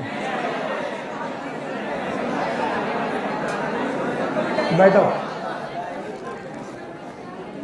अरे छोड़ो यार, अरे छोड़ो। बताओ ई का है? Apical meristem. बताओ ई का है? Apical meristem. बताओ ई का है? ये सब प्राइमरी मेरिस्टेम है। बचपन से प्रेजेंट है, बाद में आया है, बचपन से। क्या ये कभी एम्ब्रियोनल एक्सिस में हुआ करता था? अब ध्यान सुनना, इस प्राइमरी मेरिस्टेम का नेचर है कि वो सेल डिवीजन करेगा, और जैसे ही सेल डिवीजन करेगा न्यू सेल बनेगी, ब्रांड न्यू सेल।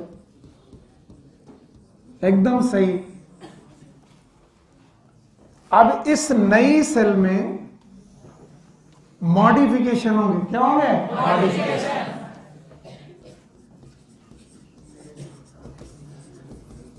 थोड़ी हालत सही होती है, आपने पूरी क्लास को मारता है इस क्वेश्चन पे।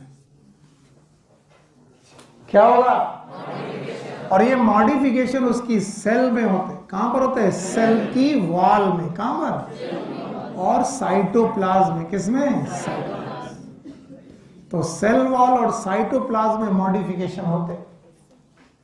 तो एक नई सेल अभी अभी बनी है जो कि प्राइमरी मेरिस्टेम के सेल डिवीजन से बनी है। प्राइमरी मेरिस्टेम में सेल डिवीजन हुआ, और उस प्राइमरी मेरिस्टेम में सेल डिवीजन होने से एक नई सेल बनी, और उस नई सेल में मॉडिफिकेशन होने लगे। कहां कहां?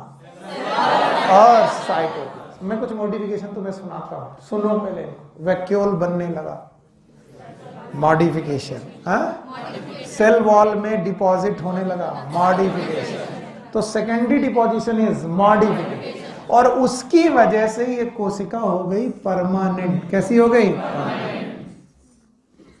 परमानेंट अगर हो गई तो बताओ इसने सेल डिवीजन चालू रखा कि बंद कर दिया? हाँ सर, सेल डिवीजन तो इसका हो गया स्टॉप, और सेल डिवीजन अगर स्टॉप हो गया तो ये परमानेंट हो गई और ये फंक्शनली स्पेशलाइज्ड हो गई। फंक्शनली क्या ये फंक्शन करने लगी? और फंक्शनली स्पेशलाइज्ड हो गई और सेल डिवीजन जारी रहा कि बंद हो गई? तो बताओ इन्हीं मॉडिफिकेशन का नाम क्या कहलाएगा? डिफरेंशिएशन। हद हो गई सर, ये क्या पढ़ा दिया आपने? फिर से पढ़ाओ।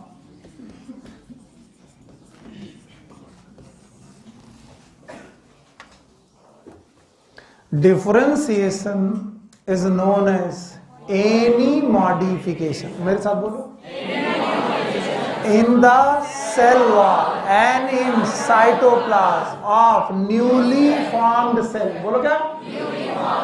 By primary meristem which specialize them for particular function, which specialize them for particular function। पूरा तो बुलवा ही लूंगा मैं, स्पेशलाइज्ड फॉर पर्टिकुलर फंक्शन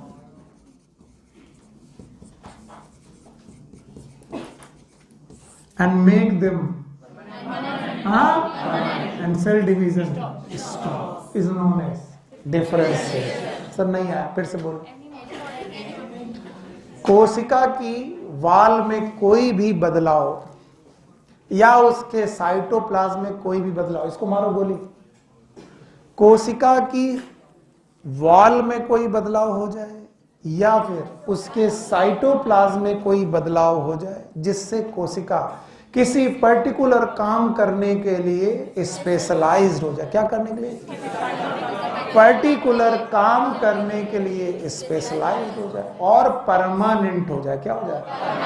और सेल डिवीजन बंद कर दे। ऐसे बदलावों का नाम डिफरेंशिएशन। तहजीब कड़ी हो। Tell me any five permanent tissue.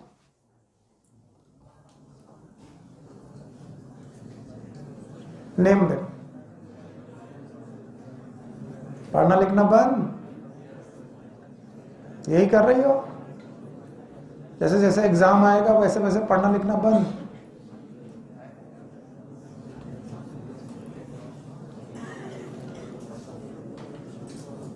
पहले दो बताओ, सिंपल एंड कॉम्प्लेक्स। बोलो पहला सिंपल में पैरेन्काइमा, दूसरा कोलेन्काइमा,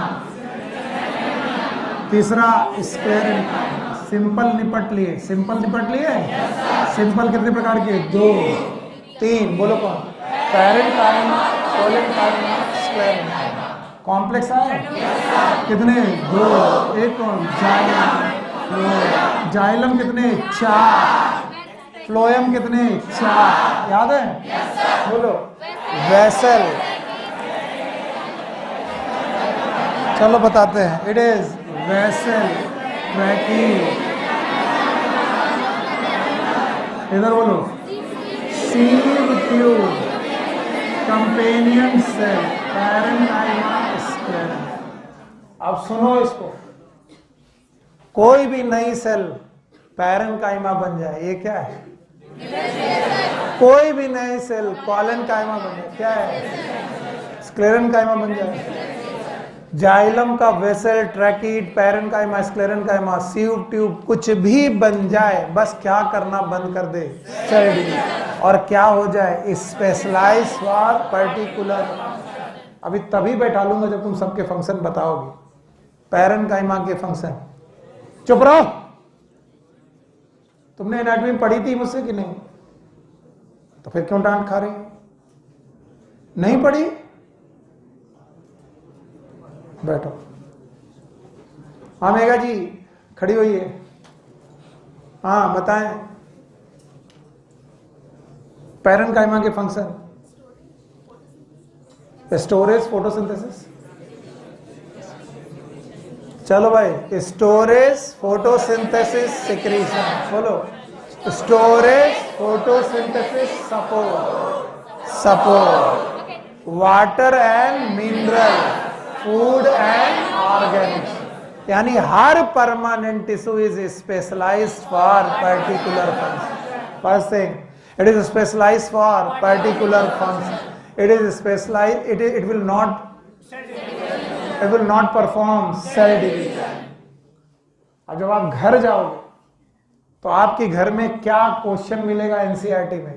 बोले डिफरेंशिएशन है किसी भी नई सेल का ट्रैकियरी एलिमेंट बन जाना। तो अब आपको लगेगा ट्रैकियरी एलिमेंट क्या भला है? ट्रैकियरी एलिमेंट का मतलब दो, या तो वेसल, फिर से बोलो, या तो ट्रैकी, बोथ आर ट्रैकियरी एलिमेंट। अब बताओ वेसल, बताओ लिविंग की डेड? हाँ, प्रोटोप्लाज्म है कि नहीं है? नहीं है।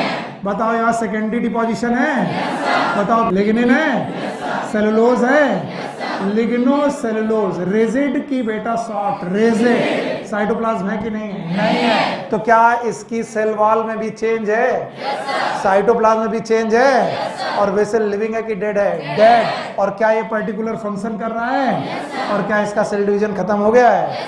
क्या ये डिफरेंशिएशन है? Yes sir.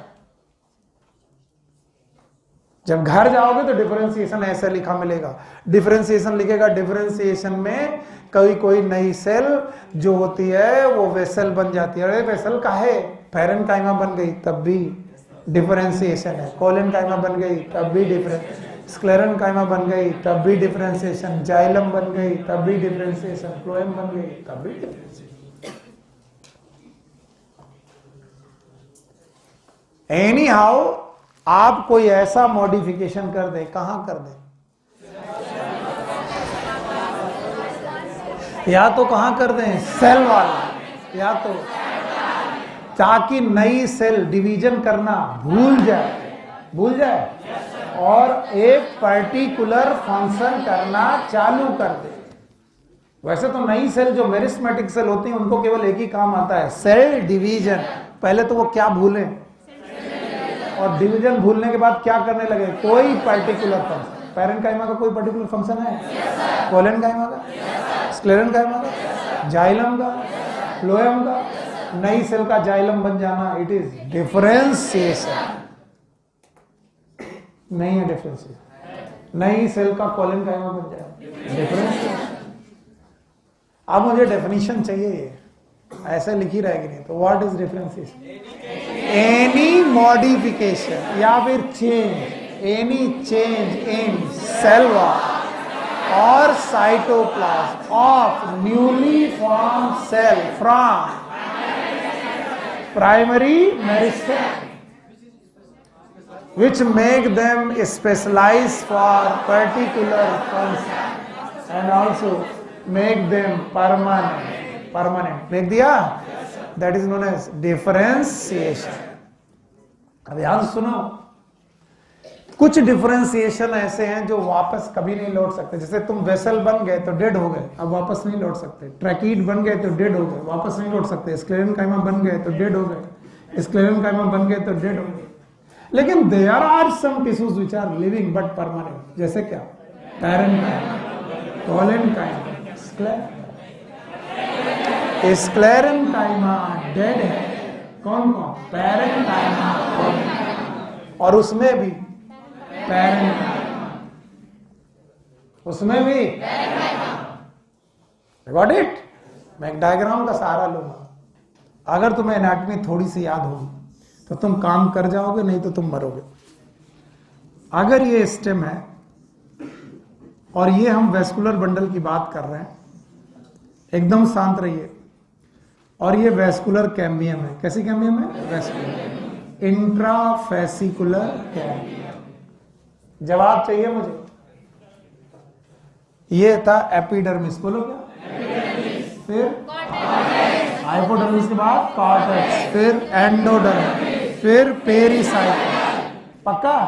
एक बार फिर से बोलो, epidermis, hypodermis, cortex, endodermis, pericycle. अब बताओ पेरिसाइकल किसकी बनी? हाँ, तो ये जो टिश्यू है जो फ्लोएम के बीच में, ये क्या है? पैरेन्काइमा। ये क्या है? ये सब पैरेन्काइमा है। और पैरेन्काइमा इस मेरिस्टेमेटिक की परमानेंट। क्या कभी कभी ये पैरेन्काइमा मेरिस्टेमेटिक होती है? ये इंट्राफेसिकुलर और ये इंटरफेसिकुलर, फिर इंटर, फिर इंट्रा, और एक रिंग बनती है। और या तो चले जाओ कॉर्टेक्स में, कहां पर? पूरा कॉर्टेक्स पैरेन्काइमा का है? No sir. और क्या यहाँ पर एक कैम्बियम बनती है? हाँ बताओ, क्वार्क कैम्बियम। तो क्या कभी कभी परमानेंट टिश्यू भी मेरिस्टेमेटिक बन जाते हैं? यानी डिफरेंशिएशन का उल्टा हो सकता है? नो सर, इट इज उल्टा ऑफ डिफरेंशिएशन इज रीडिफरेंशिएशन। पर भाइयों बहनों, dedifferentiation always produce primary meristematic की सेकेंडरी। तो अब मैं लिखूंगा कि सम टाइम दीज पैरेन्काइमा और the permanent tissue they will perform primary meristem की सेकेंडरी में सेकेंडरी, और सेकेंडरी मेरिस्टम का बन जाना it is known as dedifferentiation. बोलो व्हाट इज डी डिफरेंशिएशन? नहीं, मजा नहीं आया। What is D differentiation? It is a conversion of permanent tissue into secondary meristematic tissue. Primary की सेकेंडरी वरना डिफाइन नहीं कर पाओगे, कभी डिफाइन नहीं कर पाओगे। What is D differentiation? It is a उल्टा। अब एक स्टेप में बताऊं तो मेरिस्टम से परमानेंट डिफरेंसेस और परमानेंट से मेरिस्टेमेटिक डी डिफरेंस। मैं 3 बार नहीं पढ़ा पाऊंगा, एक बार में सुनो कि सर एक कल फिर पढ़ा दीजिएगा, ऐसे नहीं हो पाएगा। मैं पूछूं what is D differentiation? It is a conversion of permanent tissue into meristematic, and these meristematic tissue are because they are not present from the birth. अगर जो चीज बर्थ से नहीं प्रेजेंट है वो प्राइमरी की सेकेंडरी। तो कोई पूछे व्हाट इज डी डिफरेंशिएशन, बता पाओगे? D differentiation it is a conversion of permanent tissue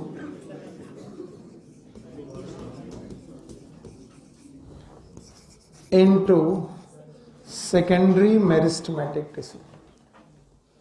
तो जितनी भी प्राइमरी ग्रोथ है, एवरीवन हियर एंड आंसर, जितनी भी प्राइमरी ग्रोथ है, कैसी ग्रोथ?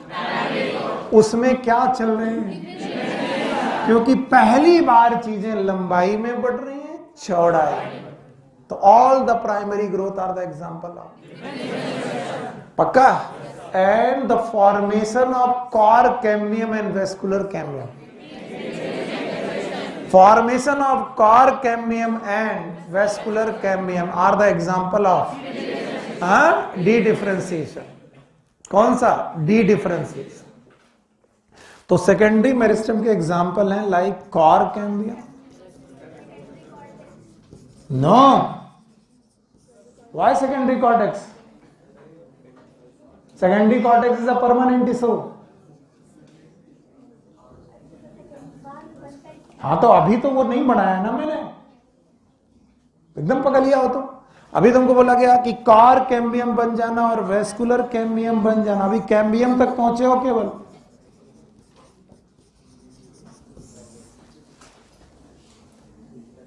समझ में आया? तो इट इज डी डिफरेंशिएशन की रीडिफरेंशिएशन। And now again hear it, and now this secondary meristem will produce new cell। अरे ये क्या प्रोड्यूस करेगी? New cell. This was the new cell, this is because it is secondary meristem, और इसका nature भी cell division का ही है। Yes और नो? एंड नाउ इस न्यू सेल में फिर से क्या होंगे? मॉडिफिकेशन। कहां पर? साइटोप्लाज्म। और फिर से क्या बनेंगे? Permanent tissue. फिर से बोलो। और फिर से क्या बनेंगे? Parenchyma, collenchyma, sclerenchyma, xylem, phloem. और अब की बार बनेंगे किससे? किससे? कॉर्क कैम्बियम और वेस्कुलर कैम्बियम। तो लंबाई में कि चौड़ाई में? फिर से बोलो। इसका मतलब ये जो डिफरेंशिएशन होगा ये डी डिफरेंशिएशन की रीडिफरेंशिएशन।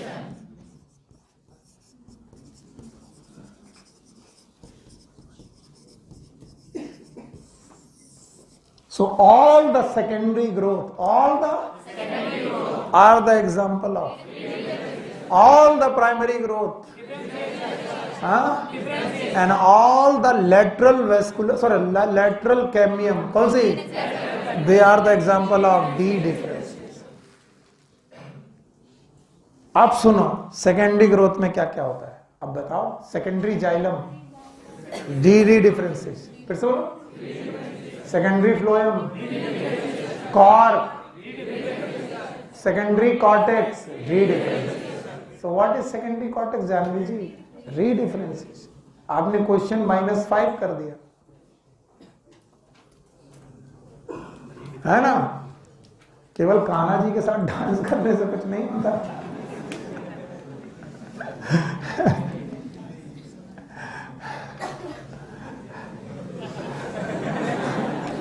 है कि नहीं शिखा?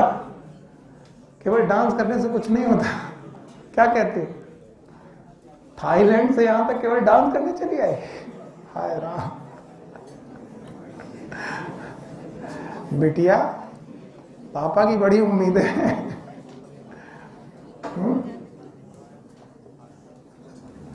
हम लोग डांस करेंगे। कब करेंगे? कसम से तुम एक बार सेलेक्ट तो हो, फिर हम ऐसा लोट पोट के डांस करेंगे नागिन dance, and that will give a valid reason. हम कहेंगे मुक्त हुए, वही मुक्ति मिलती है जैसे बिटिया का ब्याह कर देते हैं ना, वही मुक्ति मिलती है कि अब चलो झंझट छूटा, अब ना दिखाई पड़ोगे। आओगे तो होली दिवाली खिचड़ी छमाई कभी कभी आओगे बिल्ले। अब तुम लोग को जाना चाहिए, सेलेक्ट होकर के निकल लो, और यही नाचते रहोगे तो मेडिकल कॉलेज में कब नाचो? यही नहीं, मुझे बाबुल का देश। सो व्हाट इज रीडिफरेंशिएशन? एक बार बोलो, what is रीडिफरेंशिएशन? It is any modification in cell wall and cytoplasm of newly formed cell from secondary meristem. If it is from, it is known as differentiation. And it is from secondary meristem and meristem. और हमारे sir होते तो हमें बहुत थप्पड़ी आते, बोले क्या उतनी देर से घंटा भर लगाया? बोले ऐसे पढ़ाओ, मेरिस्टेम से परमानेंट डिफरेंशिएशन, परमानेंट से मेरिस्टेम और फिर से रीडिफरेंशिएशन। री मतलब नहीं आया? बोलो डिफरेंशिएशन। पर मुझे मालूम है तुम जवाब नहीं दे पाओगे, क्योंकि जिस दिन मैं पूछूंगा कि secondary growth is example of आई डिफरेंशिएशन की redifferentiation, primary growth is example of. तो अगर डिफरेंशिएशन पहली बार हुआ तो डिफरेंशिएशन, और डिफरेंशिएशन सेकेंडरी ग्रोथ से हुआ रीडिफरेंशिएशन, और परमानेंट टिश्यू अगर बेटा मेरिस्टेमेटिक तो क्या बोला? रीडिफरेंशिएशन। तो कॉर्क कैम्बियम किससे बने? डी डिफरेंशिएशन से। टाइम बड़ी जल्दी भाग रहा। कॉर्क कैम्बियम किससे बने? Dedifferentiation. पक्का? Thank you very much. हटा दें? तो अगर आपको ये चीजें समझ में आ गई है तो आपको मालूम होनी चाहिए। यस, और दैट्स वाई बुक कहती है कि जैसे ग्रोथ ओपन था, क्या था? ओपन ग्रोथ का मतलब समझ लो, जो ग्रोथ कभी रुके वो हमेशा चलती रहे, वैसे डिफरेंशिएशन भी ओपन है। कैसे? आपने प्राइमरी मेरिस्टेम से क्या बनाया, और ये परमानेंट होकर कभी डिवाइड नहीं करेंगे। कर सकते हैं, ये दगा दे जाएंगे जब क्या कर दें? डी डिफरेंशिएशन और फिर से रीडिफरेंशिएशन। तो प्लांट के केस में even D differentiation, differentiation and D differentiation is open. कैसे? ये कभी बंद, और इसी वजह से टिश्यू कल्चर कर पाते हो। क्या कर पाते हो? Tissue culture. ये तो सुना सुना लग रहा। कुछ याद आया? स्ट्रेटेजीज में पढ़ाया था, एक एक्सप्लांट लिया था और न्यूट्रिएंट मीडियम में डाला था, सेल डिवाइड की थी, कैलस बना था, कैलस में रूट स्टेम लीफ नहीं बनी थी, फिर उसमें ऑक्सिन डाला था, साइटोकाइनिन डाला था, नीचे रूट, ऊपर स्टेम और लीफ। याद आया? That was known as morphogenesis. क्या नाम है? कौन पढ़े सर, इतना टाइम थोड़ी ना, पढ़ना ही पड़ेगा। यस सर, क्या कर रहे हो? तो बताओ कितनी अवस्थाएं हो गई डिफरेंशिएशन की? 3। पहला, दूसरा, तीसरा रीडिफरेंशिएशन। और तीनों अगर बिना देखे बताओगे तो काम बन जाएगा पूरी डेफिनेशन। पहले differentiation, any modification in cell wall and cytoplasm of newly formed cell from primary meristem which make them permanent and specialized for particular function. It is conversion of permanent tissue in secondary meristem. It is redifferentiation. Any modification in cell wall and cytoplasm of newly formed cell derived from secondary meristem that make them permanent and specialized for particular function is known as. All the secondary growth are the example of D ki re, and all the secondary cambium example of. All the primary growth is example of. हाँ, तो हमने growth पढ़ ली, differentiation पढ़ लिया, अब क्या पढ़ेंगे? Development. हाँ, अरे चुप रहो, मैं यही काम करने के लिए बीमारी से आया हूं कि तुम्हारा कोर्स पूरा हो जाए, और वो तो मैं करवा के ही जाऊंगा। डेवलपमेंट बताओ, डेवलपमेंट में कितने कैरेक्टर्स? एक कौन? ग्रोथ। दूसरा कौन? डिफरेंस। तो जहां जहां ग्रोथ और डिफरेंशिएशन मिल जाए, वहां वहां दोनों चीजें मिलके क्या कर देंगे? तो बोले सर ग्रोथ कर दो, डिफरेंशिएशन कर दो, डेवलपमेंट हो जाएगा। काय बेटिया एकदम जवाइयां जवाइयां हो, कहां जाते? पढ़ाई करो। तो ग्रोथ और डिफरेंशिएशन अगर साथ साथ हो जाए तो क्या हो जाएगा? डेवलपमेंट हो जाएगा। बोलते हैं एक डेवलपमेंट का डायग्राम आपकी बुक में दिया है, पेज टर्न करोगे। हर बार मैं ऐसे ही पढ़ाता हूँ, इस बार भी पढ़ाऊंगा। बोले एक मेरिस्टेमेटिक कोशिका थी भैया, लिख लो मेरिस्टेमेटिक कोशिका थी।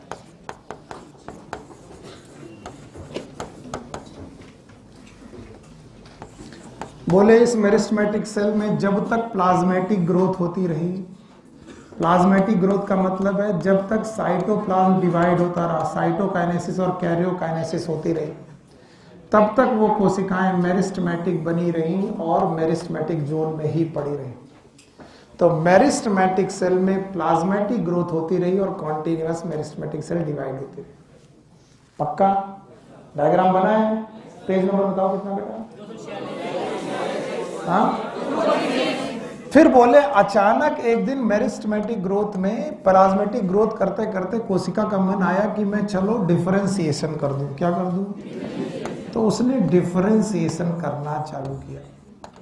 अब कुछ लोग पूछेंगे व्हाट इज डिफरेंशिएशन, तो उनको पहले हमारी वाली डेफिनेशन छापना, any modification in cell wall.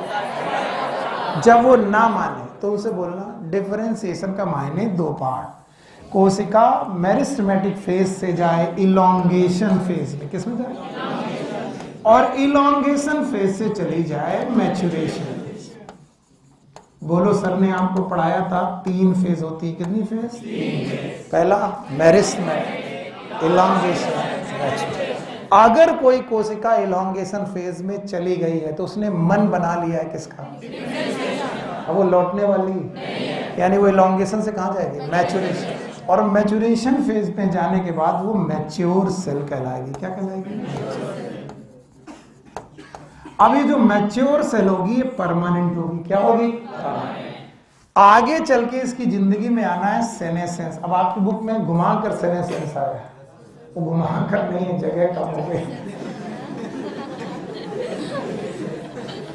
Senescence घुमा के नहीं बेटा, जगह कम है, तो मेरा सेनेसेंस सीधे आया। तो अब सेनेसेंस के बाद ये कोशिका की क्या हो जाएगी? डेथ। यानी एक दिन कोशिका की हो जाएगी डेथ। तो सर आपकी तो सर डेथ सीधी सीधी है और बुक में सर घुमा के मारा है। घुमा के क्यों मारा है? जगह कम थी। ऐसा नहीं कि सर हम भी घुमा के मारेंगे। तो हर एक कोशिका को 3 अवस्थाओं से गुजरना है। पहला बोलो मेरिस्टेमेटिक, इलॉन्गेशन, मैचुरेशन, उसके बाद सीनेसेंस और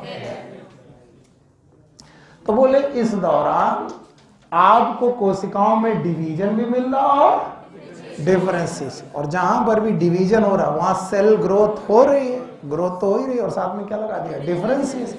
और ग्रोथ और डिफरेंशिएशन दोनों मिलाकर डेवलपमेंट। तो मैं बेसिकली ये पढ़ाता भी नहीं, पर मुझे मन है कि आप ये डायग्राम कभी कोई पूछ ले, जैसे कि आप लोग टेस्ट अलग अलग कोचिंगों के टेस्ट दे रहे हैं तो वो लोग एनसीईआरटी के एक लाइन से क्वेश्चन बना रहे हैं, तो किसी दिन ये डायग्राम आ जाए और यहाँ लिख दें व्हाट इज दिस, ए लिख दें, यहाँ पर क्या तुम्हारा दिमाग खराब। It is plasmatic growth. What is B, what is C, चौथा डरना नहीं। एक सेल जब तक अपना साइटोप्लाज्म घटाती बढ़ाती रहेगी n/c रेशियो के साथ खेलेगी। किसके साथ?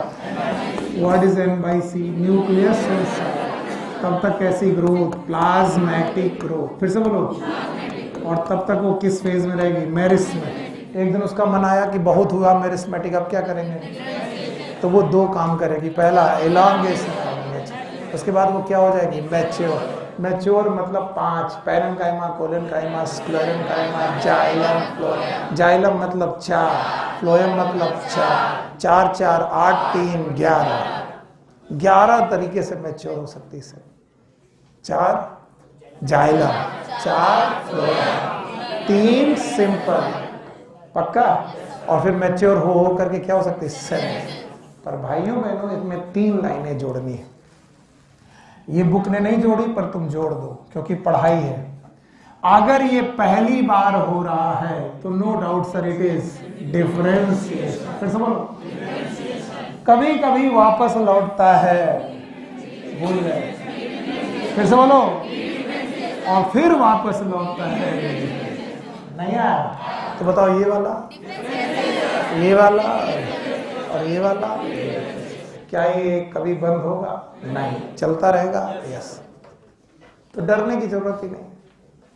पहली बार हो डिफरेंशिएशन, डिफरेंशिएशन वाली चीज फिर से मेरिस्टेमेटिक की तरफ लौटे, डी डिफरेंशिएशन, और वापस रीडिफरेंशिएशन। तो ये रही डेवलपमेंट की कुछ कहानी। डेवलपमेंट में छोटा सा टॉपिक है and that is known as plasticity. क्या बोलते हैं? प्लास्टिसिटी। हटा दें इसे, इसमें क्या दिक्कत है? The next topic is plasticity।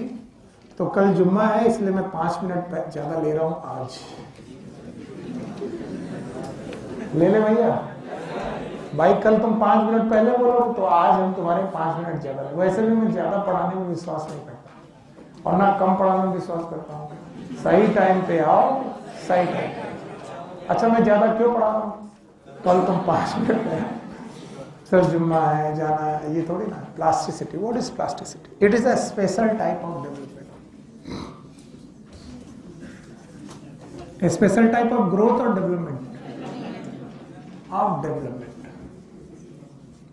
Definition लिखेंगे तो आप थोड़ी देर चकरा जाएंगे, इसलिए पहले हम चकराते हैं आपको, फिर उसके बाद उसकी बात बताएंगे। Plant follows different pathways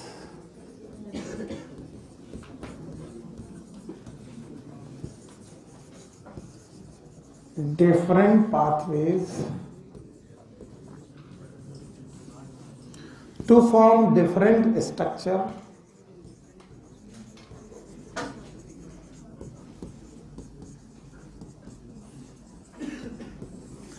in different phase of life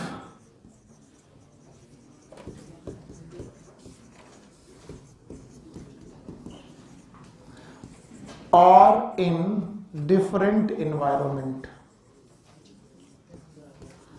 कसम से कह रहे हैं इसमें डिफरेंट के अलावा कुछ समझ नहीं आ रहा। इतने सारे डिफरेंट है। Plant follows different to form different structure in different phase of life in different environment.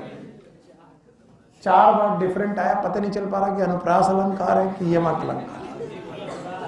अनुप्रास नहीं है क्या? हर डिफरेंट का मतलब अलग है। तो एक शब्द पुनि पुनि फिर है और अर्थ और ही और, ये है यमक अलंकार। समझे? अब सुनो, कनक कनक नहीं, अरे इधर देखो, कनक कनक के काका। इसका बेस्ट एग्जांपल है हेट्रोफिली। तो व्हाट इज हेट्रोफिली? हेट्रोफिली का मतलब होता है डिफरेंट, फिली मतलब leaf, different type of leaf in same plant. अरे different type of leaf in same plant.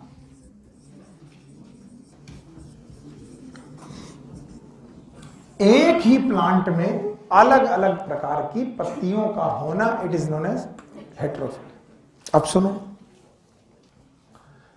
बोलते हैं अगर बाजार में तुम अभी अभी धनिया खरीदने जाओ तो चौड़े पत्ती वाली धनिया मिलेगी। तो बाजार में खरीदने के बजाय तुम खेत में जाओ। जब तुम अभी धनिया के पौधे उगाओगे, शुरुआत में जो पौधे जो होंगे जुवेनाइल फेज के, किस फेज के? वैसे इसे वेजिटेटिव फेज बोलनी चाहिए। कौन सी फेज?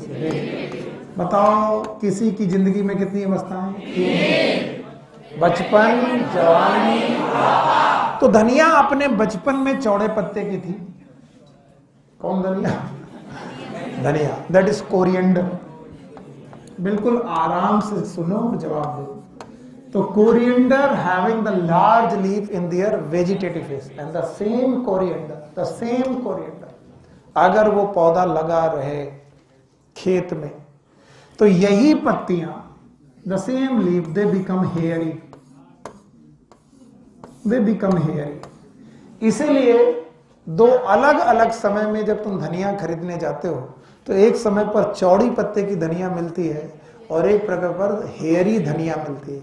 कारण क्या है? क्या वो वैरायटी अलग है? नहीं, वो अपनी फेज में आ गए।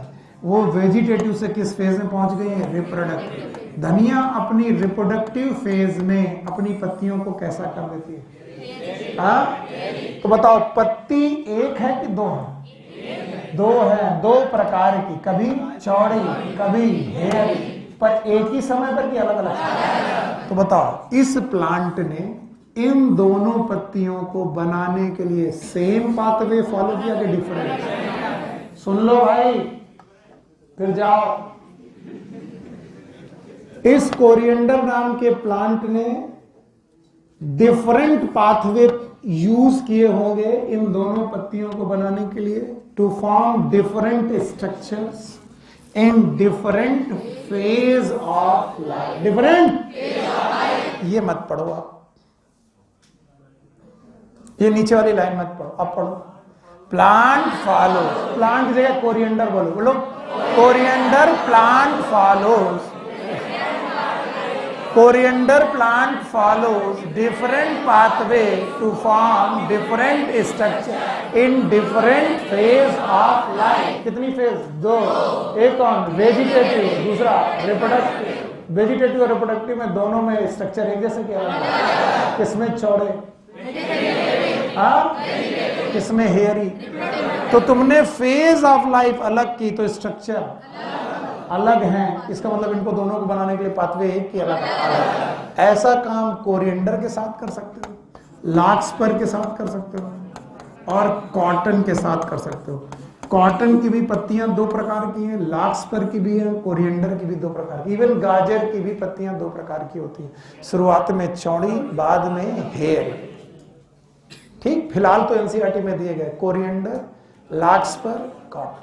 बताओ, इनकी दो पत्तियां अलग अलग हैं पर अलग अलग एनवायरनमेंट में कि अलग अलग फेज। अब एक पौधा लो, रेननकुलस। अब ये कौन सा पौधा है? इसी को बटर कप बोलते हैं, बटर कप। इसकी लीफ कुछ ऐसी होती है, बटर कप जैसी। अब होगा क्या कि इसका पौधे का कुछ पार्ट पानी के अंदर और कुछ पानी के ऊपर, it is inside the water. तो वाटर के अंदर जो पत्तियां वो हेयरी हैं हेयरी लीफ, और वाटर के ऊपर जो पत्तियां हैं वो चौड़ी है, बटर कप लाइक है, ब्रॉड लीफ। अब एक ही पौधे में एक ही समय पर, ऐसा नहीं कि ये बचपन में और ये रिप्रोडक्टिव में नहीं, एक ही समय पर दो प्रकार की पत्तियां हैं, पर दोनों पत्तियों में फेज का डिफरेंट है कि इन्वायरमेंट। इन्वायरमेंट। अब ये वाला मत पढ़ना, अब पढ़ो बटर कप, फिर से बोलो, buttercup plant follow different pathway to form different structure in different environment. तो ये वाली बात किसके लिए थी? कॉटन पे। और ये वाली बटर कप। तो बताओ इसमें कितने प्रकार की पत्तियां? दो। इसमें भी कितनी? ये भी हेट्रोफिली, ये भी हेट्रो, ये भी एक प्लांट में दो पत्तियां, ये भी एक प्लांट में दो, ये एक प्लांट में दो पत्तियां, एक ही समय की अलग अलग, ये एक ही समय लेकिन अलग अलग इन्वायरमेंट, यहाँ एक ही इन्वायरमेंट लेकिन अलग अलग समय। अब डेफिनेशन बोलो बिना देखे। Plant follow different pathway to form different structure, different phase of life. और पक्का सूर्य जवाब दो। अब अगर मैंने देखा, इधर देखो, अगर मैंने देखा कि मेरे पास एक पौधा था, इसका नाम है कुकुरबिट, कुकुरबिट्स, ठीक है, इसकी एग्जाइल में से एक बड निकली। क्या निकली? और दूसरा कुकुरबिट का प्लांट है, द सेम कुकुरबिट प्लांट में भी दूसरी एग्जाइल में से भी एक बड निकली, द सेम प्लांट। एक कुकुरबिट प्लांट ने यहां पर एक ब्रांच निकाल दी। क्या निकाल दी? ब्रांच। और एक ने निकाल दी टेंड्रिल। क्या निकाल दी? Tendril. The plant is structure is same, लेकिन इनका फॉर्मेशन अलग। एक ने क्या बनाया? ब्रांच। एक ने बनाया टेंड्रिल। क्या आपको याद है? एक्सिलरी बड, टेंड्रिल। कौन कौन था? कुकुरबिट। याद है? अच्छा, एक बार और सुनिए। एक ही पौधा है, एक ही पौधा, द सेम प्लांट, नाम है सिट्रस। क्या नाम है? यहां पर भी एक्साइल बर्ड, यहां पर भी इस एक्साइल बर्ड ने लीफ बनाई। क्या बनाई? लीफ। या फिर ब्रांच। क्या बना दी? और इसने बना दिया थॉर्न। बर्ड है एक्साइल, बर्ड है पर स्ट्रक्चर सेम के इट इज प्लास्टिक। जब कोई एक ओरिजिन का स्ट्रक्चर एक फॉर्म में बने कि अलग अलग, अलग अलग, और उसको बनाने के लिए एक पाथवे की अलग अलग, अलग अलग, may be in different phase of life, different environment. यहां पर इन्वायरमेंट का ये असर हुआ कि एक कांटा बन गया, वहां पर इन्वायरमेंट का ये असर हुआ कि वो लीफ। तो अब बताओ, इस पूरी डेफिनेशन को बता पाओगे? What is plasticity? Plant follows different pathway to form different structure, different phase of life or in different environment. Different phase of life पे कितने एग्जाम्पल? 3, 2, कोरिएंडर, लार्कस्पर, और ये क्या शो करते हैं? हेट्रोफिली। हेट्रो मतलब सेम कि different? Different type of leaf. Yes और नो? अब ना रेननकुलस, क्या यहां पर भी हेट्रोफिली है? लेकिन कहां? पक्का? देखो बेटा, आज तो मेरे को लग रहा मेरी तबीयत ठीक नहीं, कल मैं फिर ट्राई करूंगा, अगर ठीक रहा तो कल शाम की क्लास लूंगा। फिलहाल आज की शाम की क्लास नहीं। ओ भाग रहा, तो बैठो, चलो आधा घंटा और लो। ऐसा कहां जाना है तुमको? मुखला इधर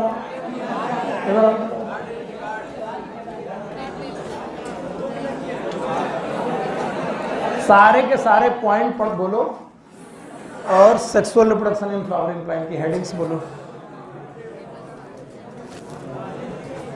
होमवर्क दिया था, करके आए हो?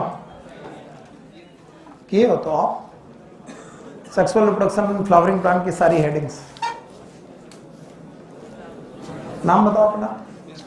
हाँ, प्रिंस कुमार। और ऐसे भाग रहे जैसे कि एकदम जेल से छूटे। कितने बजे से? 2 बजे। किसकी? अच्छा जाओ। जाओ, take care, good luck, bye bye. आज शाम को नहीं है, मैं भी कल हो सकती है। Take care, good luck, bye bye.